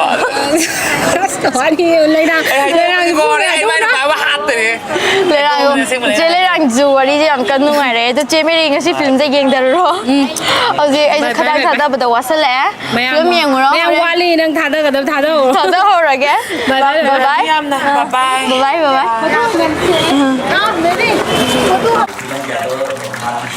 Tetap soalnya di buku film ini adalah nama sama semua film director ini. Yes, Silences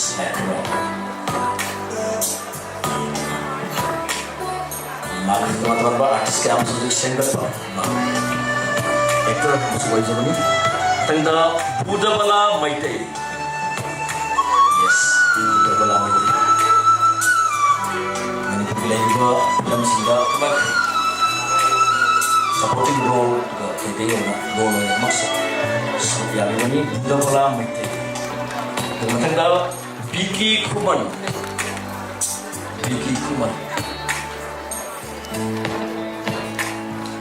Buddha Bala Maite. Vicky Kuman. Tenda Suresh Waiko. Tidak ni.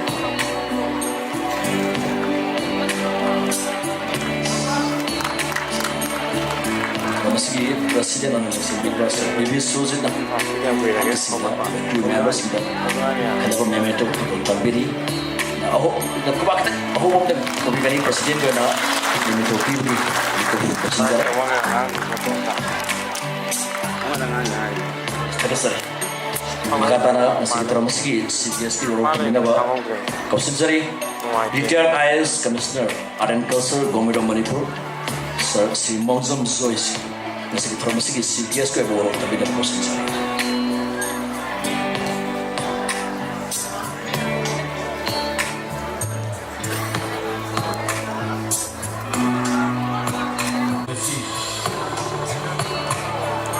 방금 필름 컬렉션나 부탁드리바 ꯁꯛꯊꯤꯕꯤ part 2 ꯑꯁꯤꯒꯤ ꯔꯤꯚꯔꯁ ꯁꯣ ꯑꯁꯤꯒꯤ ꯐꯣꯔꯃꯦꯜ ꯐꯪꯁꯟꯁꯤꯡ ꯌꯦꯡꯁꯤꯟꯕꯤꯔꯤꯕ ꯑꯁꯤꯒꯤ ꯚꯥꯎꯅꯥꯗ ꯌꯦꯡꯁꯤꯟꯕꯤꯔꯤꯕ ꯃꯤꯑꯣꯏ ꯄꯟꯖꯔꯕꯗ ꯕꯤꯕꯤ ꯁꯨꯔꯇꯤ vice chairman 1 film forum Manipur ꯂꯣꯏꯅꯅ ꯉꯁꯤꯒꯤ ꯒꯦꯁ ꯑꯣꯐ ꯑꯣꯅꯔꯒꯤ ꯚꯥꯎꯅꯥ ꯌꯦꯡꯁꯤꯟꯕꯤꯔꯤꯕ ꯃꯤꯑꯣꯏ ꯅꯥꯒꯠꯆꯔꯕꯗ ꯅꯤꯉꯣꯝ ꯖꯌꯟꯇ ꯁꯤꯡ DSO Kevin PD Government Manipur Loyang Nasi Thorum Silang Biriba Alaman Lai Guru Si Sam Sat Satri Narun Kwai Kibik Amadi Filambu Sibiba Pambiba Ekoi Sinau Kudimba Loyang Pay Samadi Transmedia Vishnau Puno Pusu Anu Tadai Kokona Kurum Jagore Kai Kumjoche मांगसु guest honour ना याम फजना कोई film बतांग पनबिखरे एकोइना film मसी करी हाइजो उतारे कोई मसी असली करी हाइतारे कोई प्लेटफॉर्म मीडियम आवन अदुना एकोइना फिल्म मसी दा उल्लिबसी मतम मतम दुदा सनरिबा मतम मतम दुदा होमइबा social economy structure maya aduga culture gi civilization gi aduga miyoi gi hamna no chat mayam sigi awan balai bu mayam si utpa aduga platform amane aduna koina film si matam matam gi koina yengo matam sida o matam du da kari sanarammi koi society is kari tonarammi karam batam du watu thoi करी राम थुकी गासे कल film दो दम ओबु मतमदा खरम खैदे खंगम गनी अदुना कोन film सिदा मयामने खंगिरे आंबदा सेलुलर फिल्म लामदगी वीडियो फिल्म लापा दगी डिजिटल फिल्म लापा मथम मथम सीन मयाम लापा असिना मरम ओरगा कोदा तोंगान तोंगान सपोर्ट मयाम फिल्म gi होइबा मयाम टेक्नोलॉजी मयाम कोन ओबु गमी खंगबगा अना आर्टिस्ट की कोई तमाम मोगी आर्टिस्टिक कोई मोगी डिसिप्लिन मोगी नेचर मोगी हाई सिमो मैम से टेक्नोलॉजी ने हेमन गिदना आर्टिस्ट की असेंग मसक से कोई खांग मक्तब की मतंग दौड़कद्रा है या की बस लेते बनती टेक्नोलॉजी से याम थिनो वा अदुना कोई ना आर्टिस्ट की मान मानक कुमी भी कैरेक्टर है जो की असेंग मसक उन्ननबो होनबदा अखोई डायरेक्टर अदुगा अखोई सिनबिबा मेकअप की क्रू मेंबर्स मयाम सिगी चौब सपोर्ट अम संग अदुना अखोइना क्रू मेंबर मयाम सिना असुकमति हेन वारी बना फिल्म माइबसिदी वान्स पुथोखर मतुंग स्क्रीन दा उत्खर मतुंग सेंथोप यादबना वारबसु वाना फिल्म से कोई नमिंगे मतमना सुकी मते सेक्शन ना खसितंग बजो वालौरी हाइना कमेंट पिनर को मतमना नजन नमगा अखोइना योहनिगबा सांग दु अदु क्लाइमैक्स योनबा होनबि गमन संगी याम सांगना हाइजरोइना लोसेलेबदा हाइजनिंगबदी मगुल लैबा सोसाइटी दा मेसेज पीबा अदुगा मोरल वैल्यू यावबा अदुगो फिल्म नेशनल की इंटरनेशनल की थाक पुखलगा अवार्ड फंग याबा फिल्म सिंह पुथोपीना नौ नौब डायरेक्टर नौ नौब आर्टिस्ट मैम हानगे हाइलो मैम तौबी मैम सिदगी हेना अफब मौद पुथोन होनबियो अदुगा अहल लमन मैम सिंह काउजब फै मोने सलम बखुबुन दुदा अदुगा मोइदे खुन लिगेसी उलगा मोइदे ऑनर उलगा मोइबु यामना इकाई खुनना अखोन ओजा गुरु ओइनम पुनिंगदा वाखंदा थम्बिरगा फिल्म पुथोक मतमदा लेबाकी ओइबा मसक तो फिल्म पुथोनबा पुनमोन होनबियो कोइ पुनमोक सुमदुगिदमक्ते कोइ मतें पांगजगे अखोना फिजिकली मेंटली फाइनेंशियली मतें पांगना होनजगे वइजे हाइबस thank you discipline lain artis na hubul yang stars na angida shit ngasan dressing di kan hai si tam discipline na malaya tum ta so ek sokat pa hai na magi mole si na magi tum tamirani makata na so tum tam to to sa sali magi di mag support bibi gani makata na lempori ba ka samudi crew members orang to bagi tanda no sagi na masih ditang termasuk kita makata na lempori ba guest of honor the CBS sem sa living ni ahan bibi na sing termasuk guest of honor ni sen bibi ba sing mo bom zel das dia so cap and PD governor mo ahan bibi na sem sa living ahan da leka pekali wa hembom dasani devi Wahembom yes like a pegli film segi artist ko magi dress design topic ba manglem nikrosa makatana artist sing bu ke balang bagi tabuk tabuk make of artist film segi Leirang Purompat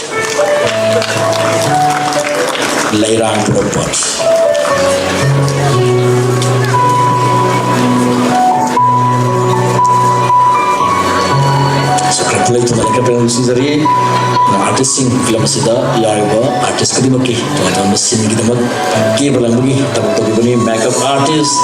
Leirang Purompat yes kebak se oh kuang ko bigani makeup se rishe pip sam ya mesti makeup tam dari itu makeup sam yaw do ya da ini ibena mo to so da kata na film sida yar bi se sigi sai sakpa so Deepak Khaide film setiap saya meyauri dari saya suka dengan hanya sebab si Deepak Khaide tapi lagi di leka film ini sendiri okay kata na film segi music director si Biso Sanambam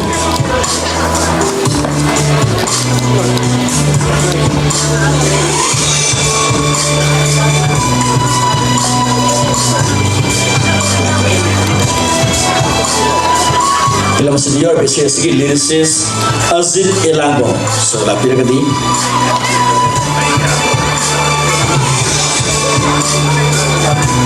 makata na film segi biasanya segi choreographer tuan ba thori ba music video album sing choreograph to bani so bisa sama dengan aku kubang kubigani miamna lagi untuk ngai segi untuk ibarat kata itu sing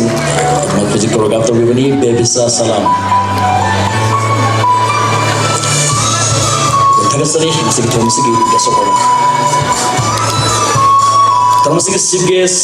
wana seru ya bili ba election bili ba retired IAS commissioner Arenkal Sir Gamara Manipur si Mongsom Zoy sem sa muli bigan itu laptop kan makatana film seda bagi rumah kelas tapi ba simti Linthoi Nongthombom yes bakwa kubigani so idram ki miamna second level ba actor tuan ba role kalau bi bani so idram ki miamna tuan film kada ko pambira ba Linthoi Nongthombom saya termasuk di CBS Arenkal segi retired commissioner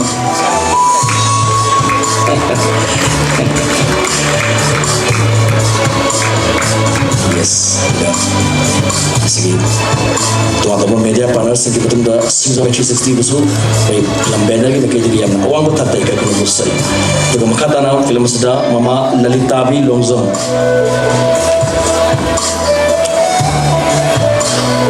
dengan hamsa udah Mama Lalitabi kena harus kena pakai support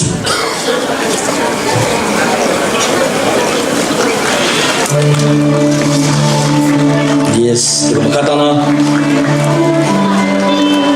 film segi story yang di screenplay tu biba Santirani Tourism film segi story yang di screenplay tu biba Santirani Tourism so lapir kadi lengkap film ni sendiri okay look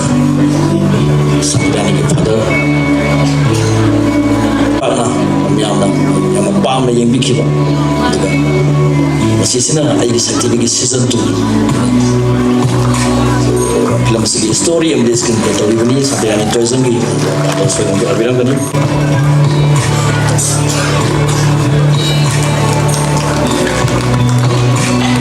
kubak saya lu silam tayo sila kuna protagonist ki to sila pani so okay yes saya dia sintam meawna lekai da so sumang la so ku phang bilang ni saya dia sintam tengda sana maibam so la bila di lekai pena bising jari sana maibam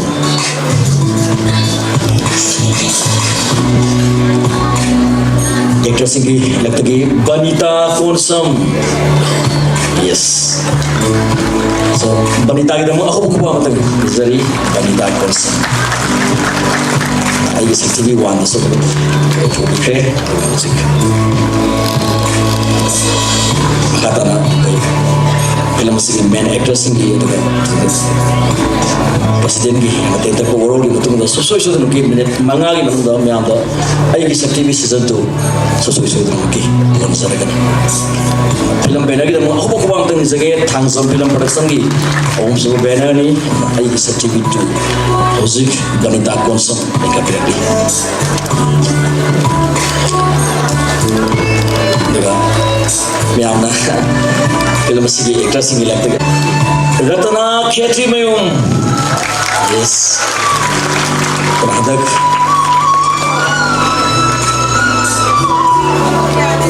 Manifagi Lumba award pambikra bini Ratana Khetri Mayum music market on film sing lady so kubak sitan kan kubigani Ratana Khetri Mayum kita mag support of you and say from a serious na to the case of honors in happy keep with me and artist in support of you producer support of you the producer you out now you see I guess TV to upang the film sigi producer Tamos Sunil yang na phone bukan ba hazage to makata na suhe na to pera kan have sa project tam sari film sigi protagonist Kansamba Yabem member of Leka Pelison Jari, the film segi producer Tamos Sunil Kansam Tamono Pilih ni sponsorship topiba sponsor sing dam so obok bang ko bigani ko ina tuan mating topiba the producer sing do site support topiba udana ko ki support ya na moru way dana madu ki mathakta sigi lapi sing film banner ki mekadik amko so na kya ko no sari film sing tawai happy kene lapi sing makata na target optical hariba target optical desu mekadik member of la pira que necesita la capa de decisão que makata na Binarani Jewelry ki mekadik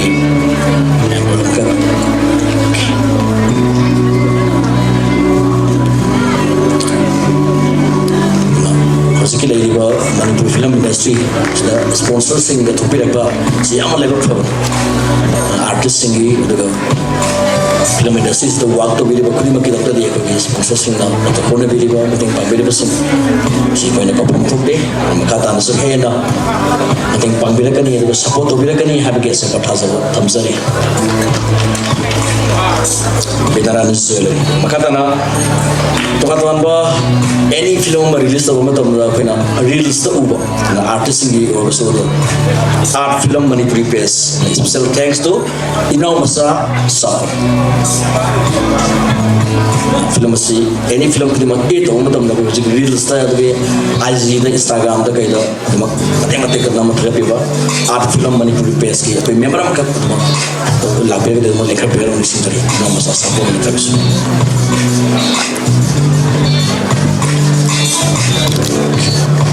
makata na kasi ay TV tu film premier story atau cinematic TV kim member of kata mereka pegang sendiri ada cinematic TV na lori betul dancing yang anak pani asal beri nama ni juga any tabuk terang kudi makta ada oh bukan kuantan cinematic TV Yes. Makatara si film masih koi officially release to bugi koi laptop tadi bangun na film masih presidential masih kita masih presidential space tapi kan ni film forum mani pergi vice chairman one minggu nang sebelah yang masih baby suit. Ya na waktu dah istilah mirip apa?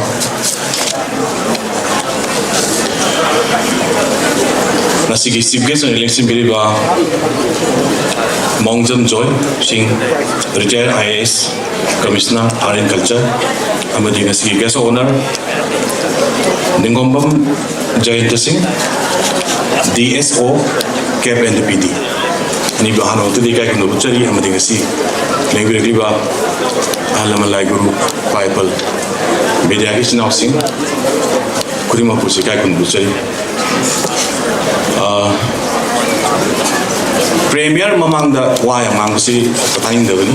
kuju film producer wajar punina amaji khangje mayamna yengba lakpiri si film ni film yam thuna ai yam tena hanjege yam tena hangjege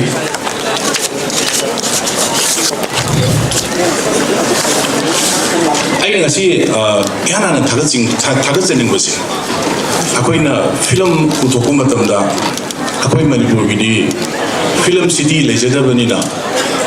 akoi producer kuding sina karigumba yum bhajawa daga laiba matamda adigi police station core film storyline ni yauraba adu akoi ni film city sin leitabani na original loi namudine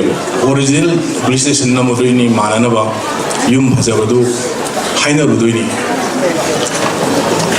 याबीरादी भाई फरे याबीरक्ता कांसिदने बा कोदी हम आवाबो ओइसे अदुना आइना हम थागचनिंग बसे आइकोइना फिल्म प्रोड्यूसर सिंगगा युम भजावामा अकोइदी फिल्म द स्टोरी लाइन दि युम भजावामा मंत्री की नत्रगन इंजीनियर के भजावामा हारम बदु अकोइदी अकोइ खंगना चानाबा सिंगदा हाइरे और नत्रगा अकोइनी बिन उरु दु हाइरु दोइने मसिदे याबीरक्पदो सिनेबा कोयम नगाइसे याबीरक्ता तारदी अदु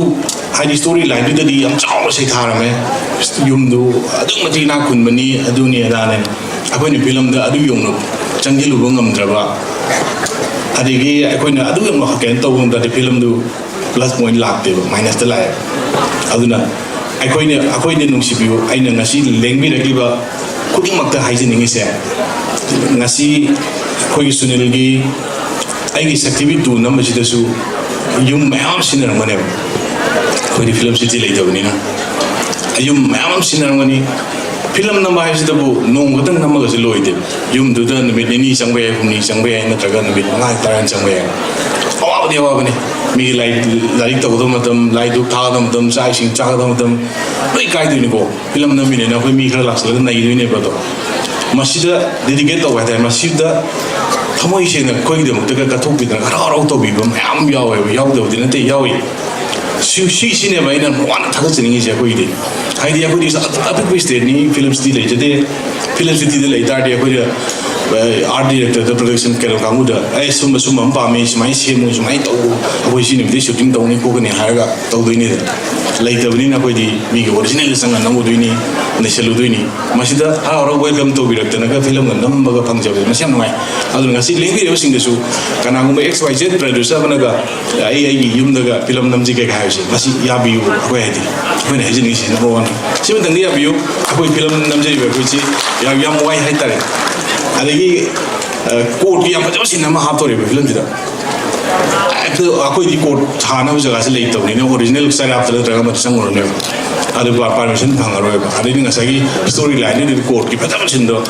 मिनिमाइज तौराने कोड नतो काय तौरागे तौराने हाइ नमम दिलेक्ट्रोमिनो सुमा अवाब खर थिने फिल्म सिटी लेजदब अकोइ सुमा खर लेरे अदुगा अकोइ जि लान कोविड चिना कितंग लेथारबो मतुंग सिदा कोविड लेथार मतुंग जाकोइ फिल्म आइसे याम दबदा था तौ टीचर ने मिनिमम जी कोविड ची लेथार मतुंग फिल्म से नंबर होनरे को मैम से अथंग का नंबर होनरे ला लाक्सिंग ने ला लाक्सिंग बिदि फिल्म जिंदम ने तो को मैम यावरे आई साम केसु फिल्म नमसे लेरि कोविड हेक लोइबगा नमगा ला लाक्सिंग बिदि दो ꯑꯗꯨꯕꯨ ꯍꯧꯖꯤꯛꯇꯤ ꯂꯥꯟꯁꯨ ꯑꯩꯈꯣꯏ ꯂꯥꯏꯕꯛ ꯐꯕ ꯍꯥꯏꯒꯗ꯭ꯔꯥ ꯂꯥꯏꯕꯛ ꯐꯕ ꯍꯥꯏꯕꯗꯤ ꯌꯥꯗ꯭ꯔꯤ ꯈꯤꯇꯪ ꯔꯤꯂꯦꯛꯁ ꯑꯩꯈꯣꯏ ꯀꯔꯣꯝꯗ ꯆꯠꯇꯣꯏꯅꯣ ꯍꯥꯏꯕ ꯈꯪꯗ꯭ꯔꯤꯀꯣ ꯍꯧꯖꯤꯛꯁꯦ ꯆꯞ ꯆꯥꯕ ꯈꯪꯗ꯭ꯔꯤ ꯑꯗꯨꯕꯨ ꯃꯌꯥꯝꯁꯦ ꯈꯤꯇꯪ ꯑꯩꯈꯣꯏꯁꯦ ꯍꯦꯛ ꯅꯍꯥꯟꯋꯥꯏ ꯀꯩ ꯃꯔꯛ ꯆꯍꯤ ꯑꯃꯃꯨꯛꯀꯤ ꯑꯅꯤꯒꯤ ꯃꯃꯥꯡꯗ ꯀꯥꯞꯄ ꯇꯧꯕ ꯑꯗꯨꯃꯛꯇꯤ ꯍꯟꯊꯈ꯭ꯔꯕꯅꯤꯅ ꯃꯌꯥꯝꯁꯦ ꯈꯔ ꯐꯤꯂꯝ ꯇꯧꯖꯩꯕ ꯑꯩꯈꯣꯏ ꯍꯥꯏꯇꯥꯔꯦ ꯑꯩꯈꯣꯏꯗꯤ ꯐꯤꯂꯝꯗ ꯀꯠꯊꯣꯛꯆꯔꯕꯅꯤꯅ ꯑꯇꯣꯞꯄ ꯊꯕꯛꯇꯨ ꯇꯧꯍꯧꯗ꯭ꯔꯦ ꯑꯝꯇ ꯑꯩꯈꯣꯏ ꯑꯇꯣꯞꯄ ꯊꯕꯛꯇꯨ ꯑꯝꯇ ꯇꯧꯍꯧꯗ꯭ರೆ ꯐꯤꯂꯝ ꯇꯧꯖꯔꯗꯧꯔꯕꯅꯤꯅ ꯑꯩꯈꯣꯏꯗꯤ ꯑꯗꯨꯗ ꯆꯪꯁꯤꯜꯂꯨꯔꯦ ꯑꯗꯩꯗꯤ ꯃꯌꯥꯝꯁꯦ ꯈꯔ ꯇꯧꯅꯔꯕꯅꯤ나 ꯐꯔꯦ ꯑꯗꯨꯗꯤ ꯐꯤꯂꯝꯁꯤ ꯌꯥꯔꯅꯤꯅ ꯇꯧꯕ ꯍꯧꯔꯦ ꯍꯧꯖꯤꯛ ꯐꯤꯂꯝ ꯍꯟꯗꯛꯀꯤ 2025 ꯅꯤꯉꯣꯜ ꯆꯥꯛꯀꯧꯕ ꯃꯃꯥꯡ ꯍꯥꯏꯇꯥꯔꯦꯅꯦ ꯐꯤꯂꯝꯁꯦ ꯑꯉꯛꯄ ꯐꯪꯅ ꯑꯃꯨꯛ ꯐꯤꯂꯝꯁꯦ ꯑꯃꯨꯛ ꯂꯩꯔꯦ ꯐꯤꯂꯝꯁꯦ ꯑꯃꯨꯛ ꯎꯠꯐꯝ ꯑꯃꯨꯛ ꯂꯩꯔꯛꯇ꯭ꯔꯦꯕ ꯑꯩꯈꯣꯏꯁꯤꯁꯨ ꯍꯧꯖꯤꯛ MSF ꯑꯩꯈꯣꯏꯒꯤ ꯁꯤ ꯍꯣꯜ ꯄꯤꯕꯤꯔꯤꯁꯤ MSFDSꯀꯤꯁꯤ ꯇꯥꯡ 24 ꯐꯥꯎꯁꯤ ꯄꯨꯔꯥ ꯐꯨꯜꯅꯦꯕ ꯂꯩꯔꯤꯁꯤ ꯅꯨꯡꯇꯤꯒꯤ ꯂꯩꯔꯝꯃꯅꯤ ꯍꯧꯖꯤꯛ ꯑꯃ ꯑꯅꯤ ꯈꯛꯀ ꯍꯥꯡꯉꯝꯒꯗ꯭ꯔꯥ ꯄꯨꯔꯥ ꯐꯨꯜꯗ ꯂꯩꯔꯝꯅꯤ ꯑꯗꯒꯤ ꯃꯇꯝ ꯑꯃꯗ सिनेमा हॉल से अखोई मणिपुर सिनेमा हॉल से हुमफुमद्रा लेरमिनी एकदम मफम खुदिमा हुजिक अमत लेत्रे इम्फाल नोंग फिल्म हॉल सिनेमा हॉल काफम लेत्रे टाटा पुलिस बुरी हिंकले मसी नसागी फिल्म सिदरुबा प्लस हौजिक अखोइना नमदरिबा फिल्म सी हौजिक पुरा इक्विपमेंट कईदा खितन डेवलपमेंट जो लेरे नावागी इसम चमना कापतो ओइद्रे हौजिकी कैनोदा कापे DCP फॉर्मेट का कापतना खोतना क्वालिटी साउंड अदुमति नुआरे असिने सुमरम ओइरगा सिनेमा हॉल सिंगसिसु अपग्रेडेशन तौंग मोदो लई सिंगसि अपग्रेडेशन तौबुदा बजेट दुदी लाख करोड़ ने संगर कदोसे अदुना ngasagi अखोई प्रोडक्शन पुदोई सिगा हासाई हॉल की अपग्रेडेशन तौरगा चंगदो थाददु बिसादो चानारक्तदी अदुदनेबा अंसु फिल्म सिनेमा हॉल खरा सिनबे मरमसु ओइगिबा अदगी इरांग खलेसिंगिबदुगा सिमाय तौगिबनी अदुबु होरेन सिनेमा से येंगब लोरगा हनमीग्रगा लापीबा म्याम सिनेमा की पाउजेन फदबम पुबीग्रगा सिनेमा हॉल लेतबैनि कोइ हाइजदुसि सिनेमा हॉल से मरां कारक्तबगी हायें निंगोल चाकोबा दिवाली साइसिदा आइगी सक्तिबि टू कोइ दिसुनि फिल्म से अखोई लेकाई दा क्लब दा अखोई रिलेटिव्स दा स्टेरिटी लौबिना हाइतारे मार्केट खरा अदुम हाइबियो अखोई जुम हनबिग्रगा मयामदा आई मरों पांगसे खरा संतोबियो हाइतारे मार्केट लेत्रबनिना कोइसे खितंग प्रोड्यूसर सिंग खितंग यादनबनि को हाइजेसि आई सिमगा थमजनिंगी सुनील से मागी यान फिल्म बिगो लाइफ अमदा मदुदी थेंगनबनि यामना पुक्चेल सेंबा यामना ट्रांसपेरेंट ओइबा पुक्चेल सेंगा थबक तौबा अदुगुंबा कनोनि नाउनि यानुसी अदा मा हजिक फिल्म हंदकिसिगा अहुम सु फिल्म नि मागी याम कुइद्रिबा मतमने मसिदे फिल्म मथंग मथंग पुथोरक पाइबसे मा माइ पाक्तदि पुथोरoi मा सोइना माइ पाबा फिल्म प्रोड्यूसर फिल्म मेकर मने आइ हाइजनिंगे अदो सिरगी हेना फिल्म से 3, 4, 5, 6 तौदना बा हेना कोई मागी फिल्म ममिंग एगनो ममिंग दो दिस इंटरप्राइज से हेना चौकटपा ओइसन हाइना आइगी side Bichu SIM थमजगे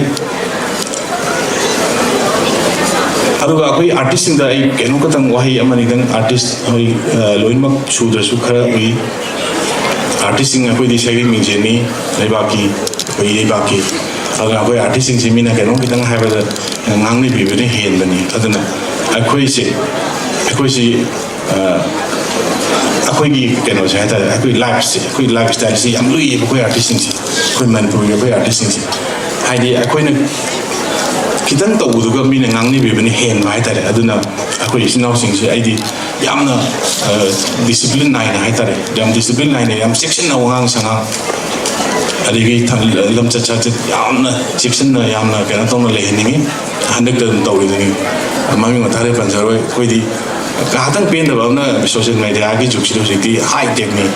kenom ka pen da bamgi social media da samang da thagale adu dan mar mar ga ko mission da am no ngai da no mission da senin le adu mo am thoi adu na ai ma kai section bi yam ta ka wai artist no na sangali artist ta tin section bi wongang sanang da kai da ma da yam tin section bi ro अदुगा अखोई ngasi अखोई crew member अखोई artist सिंग दम लोइ सुदबसे सिसु नोइदे समाना premiere show मा तो बगाइ सि याम माइबन मिने मफाल ग दौरिसि लोइ दुम नांगले अखोई साइज दगा ꯄ꯭ꯔꯤꯃꯤꯌꯔ ꯁꯣ ꯇꯧꯕꯗꯒ ꯀꯔꯤꯒꯤꯅꯣ ꯂꯥꯛꯇꯕꯁꯦ ꯑꯥꯎꯠ ꯑꯣꯐ ꯁ꯭ꯇꯦꯁꯟ ꯑꯣꯏꯕꯗꯤ ꯌꯥꯎꯔꯝꯕ ꯌꯥꯏ ꯑꯅꯥ ꯑꯌꯦꯛ ꯌꯥꯎꯔꯝꯕꯁꯨ ꯌꯥꯏ ꯑꯗꯨ ꯌꯥꯎꯗꯕꯁꯨ ꯑꯗꯨꯝ ꯌꯥꯎꯏ ꯑꯗꯨ ꯊꯑꯣꯏꯅ ꯂꯥꯛꯇꯕꯒ ꯌꯥꯎꯋꯦꯕ ꯁꯤꯃꯁꯨ ꯅꯨꯡꯉꯥꯏꯇꯦ ꯌꯥꯏ ꯃꯈꯩꯗꯤ ꯄ꯭ꯔꯤꯃꯤꯌꯔ ꯁꯣ ꯍꯥꯏꯁꯤꯗꯤ ꯂꯣꯏꯔꯕꯅꯤ ꯅꯍꯥꯟꯒꯩ ꯋꯥꯃꯤꯟꯅꯔꯨꯕ ꯃꯌꯥꯝꯗꯣ ꯉꯁꯤ ꯅꯨꯃꯤꯠꯁꯤꯗ ꯅꯨꯡꯉꯥꯏꯗꯣꯏꯅꯤ ꯅꯨꯡꯉꯥꯏꯕ ꯐꯣꯡꯗꯣꯛꯅꯗꯅ ꯉꯥꯏꯍꯥꯛ ꯑꯩꯅ ꯀꯨꯝꯈꯤꯕ ꯐꯤꯂꯝꯗꯨ ꯔꯤꯂꯤꯁ ꯇꯧꯕ ꯅꯨꯃꯤꯠꯅꯤ ꯁꯤꯗꯒꯤ ꯅꯨꯡꯉꯥꯏꯕ ꯂꯩꯇꯦ ꯑꯁꯣꯏ ꯑꯉꯥꯝ ꯌꯦꯡꯃꯤꯟꯅꯗꯅ ꯈꯣꯠꯇꯅ ꯋꯥ ꯅꯨꯡꯃꯤꯟꯅꯗꯅ ꯅꯨꯡꯉꯥꯏꯕ ꯑꯗꯒꯤ ꯉꯁꯥꯏ ꯅꯍꯥꯟꯒꯤ ꯄꯨꯜꯂꯨꯗ꯭ꯔꯒ ꯑꯃꯨꯛ ꯉꯁꯤ ꯅꯨꯃꯤꯠꯁꯤꯗ ꯄꯨꯜꯂꯛꯀ ꯄꯨꯟꯗꯅ ꯃꯗꯨꯒꯤ ꯅꯨꯡꯉꯥꯏꯕꯁꯨ ꯌꯥꯝ ꯂꯩꯕꯅꯦꯕ ꯑꯗꯨꯃꯥꯏꯅ ꯇꯧꯗꯅ ꯄꯨꯜꯍꯟꯅꯤꯡꯉꯤ ꯌꯥꯔꯤꯃꯈꯩꯗꯤ ꯑꯩꯈꯣꯏ ꯐꯤꯂꯝ ꯌꯥꯎꯕꯤꯈꯤꯕ ꯀ꯭ꯔꯨ ꯃꯦꯝꯕꯔ ꯑꯦꯛꯇꯔ ꯑꯦꯛꯇ꯭ꯔꯦꯁ ꯈꯨꯗꯤꯡꯃꯛꯁꯦ ꯍꯥꯏꯗꯤ ꯂꯣꯏꯅ ꯁꯨꯅ ꯌꯥꯎꯍꯟꯅꯤꯡꯉꯤ ꯑꯗꯨꯒ ꯃꯇꯝ ꯆꯥꯅꯁꯨ ꯂꯥꯛꯍꯟꯅꯤꯡꯉꯤ ꯍꯥꯏꯗꯤ ꯊꯥꯈꯤꯕ ꯄꯨꯡꯁꯦ ꯁꯤꯁꯤꯒꯤ ꯃꯃꯥꯡꯗ ꯈꯔ ꯉꯟꯅ ꯃꯤꯅꯤꯠ 10ꯗ ꯑꯣꯏꯔꯁꯨ ꯃꯤꯅꯤꯠ 10ꯗ ꯑꯣꯏꯔꯁꯨ ꯈꯤꯇꯪ ꯉꯟꯅ ꯂꯥꯛꯍꯟꯅꯤꯡꯉꯤ ꯍꯥꯏꯗꯤ ꯅꯨꯡꯉꯥꯏꯇꯦꯕ ꯑꯇꯩ ꯑꯩꯈꯣꯏ ꯑꯇꯣꯞꯄ ꯏꯟꯚꯥꯏꯇꯤꯁ ꯐꯪꯕꯤꯕ ꯑꯗꯒꯤ ꯑꯇꯩ ꯁꯤꯅꯦꯃꯥ ꯊꯋꯥꯏ ꯌꯥꯎꯕꯤꯕꯁꯤꯡꯅ ꯉꯟꯅ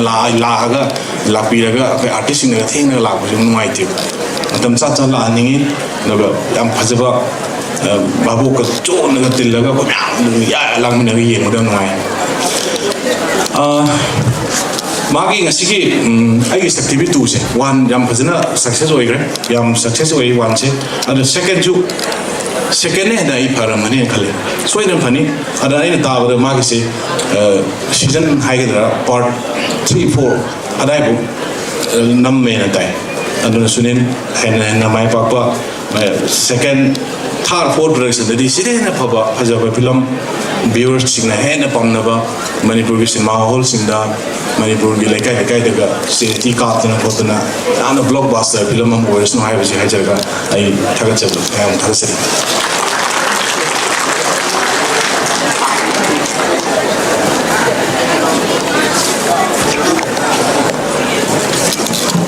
Ngasih kita meski preside tauhiriba Vice Chairman 1 Film Program Manipur masa maksud producer juga BB Infal film sesuatu macam proprietor ni tu na film apa tu pergi awal tu ngasih kita mesti dah saya mudi hajar kere kita dengi gumba kita nana pergi awal tu na artist kerja budi apa tu software lain tu na jadi mana baru biru akata na artist pun kita orang tu juga budi macam tak ada Kasi kita masih serius na film masih officially na yang kasi nabigani. Saya hajar kita film masih dia bersih masih sesak pa minggu na harus bersih Deepak Khaidem. So masih kita masih serius na nabigani itu na memang bukan. Masih kita masih serius so mongsom so itu sangat nabigani. Na aku bawa nabigani Deepak Khaidem. Actor yang Biswa Sanambam. Resource number yang kambira bani maki tu atau anda number lera bisa kiam leri as well as mahiro kiam simgani.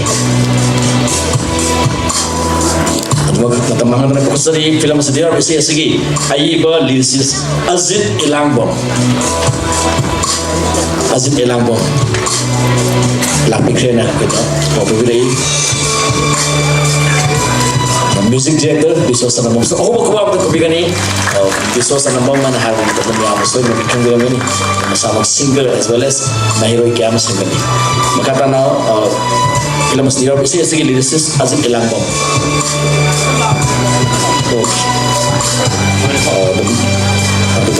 Sana mewah mengatakan PSG ino masa sapong special thanks to Zari ino masa sapong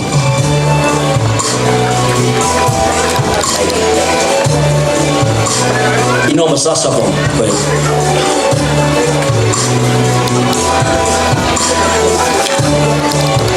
art film Manipur Best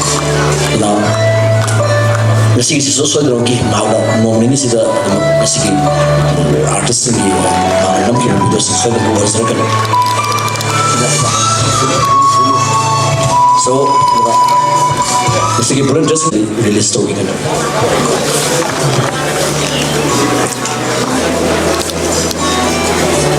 Produser yang nama film masih officially release tu ini. Agak Myanmar sesuai dengan film masih yang sangat. So aku bawa macam kebiasaan film masih terasa macam tambah. Maka tanah lagi dah bos season lagi sertifikat season sing hendak support review apa macam tadi. Film asigi story Santirani Toism aduga producer Sunil Thangzam film production gi banner da home sugan putok sabani aduga this enterprise na present oba kudo tambani aduga film asigi director Sunil Thangzam oba kuba matul kubigan aduga asigi asigi CBS na mutang film asigi miyam kusin na bire na kahabigan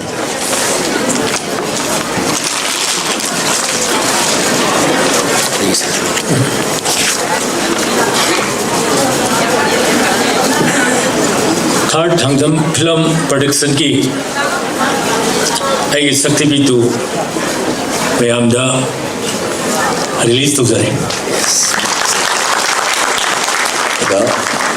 si tramasi board of thanks tamzari tramasi CBS sir Mongzam Zoy yang amkason all the katika kan board sari the president BB Sojit by Simon One film program manipur di guest of honor na election biba ningom center DSO Kevin PD to the government of Manipur to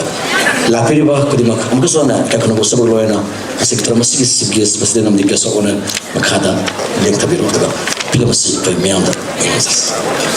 Nasi tramasi presiden gaya belajar na ahan begitu film asik primary function because television zarena film asik damak kaki volunteer sing na skin nasi mutan kaki clean to bina beri sing zarena itu mamang da kaki tuan ba sing sokat cuma haja ba film asik horen hekor mutam da bagi mobile ek reel si tak ek video namnam ba ada site ki video nam bi yawe na yar mudi video tu nambi dara ba phone sing silent company kang de off to ni kang de mudu to berga taha da yam ne ingna film si yeng bi na ba film si asing ba mahaw do lobi na ba sing jare da karigo ba film gi volunteers na kuna round check la matam da film si namlam bagi mudu signal bu tar ga di mudu gi kai da sam sam to bi da amukasona makatana kian kembali tu zana lapiri ba koi tarabo karena hari contoh sebelum nikah kau besar penuh kita rasa Thagachari mayam bu ngasigi video sibu leptana yengbirakpagi damakta matung tarakpa video da sum yamna support to view hain haijari ngasigi damakta di Miso TV yengbiri pumna maku dana manjuri gi maikai digi amuka hana khurumjari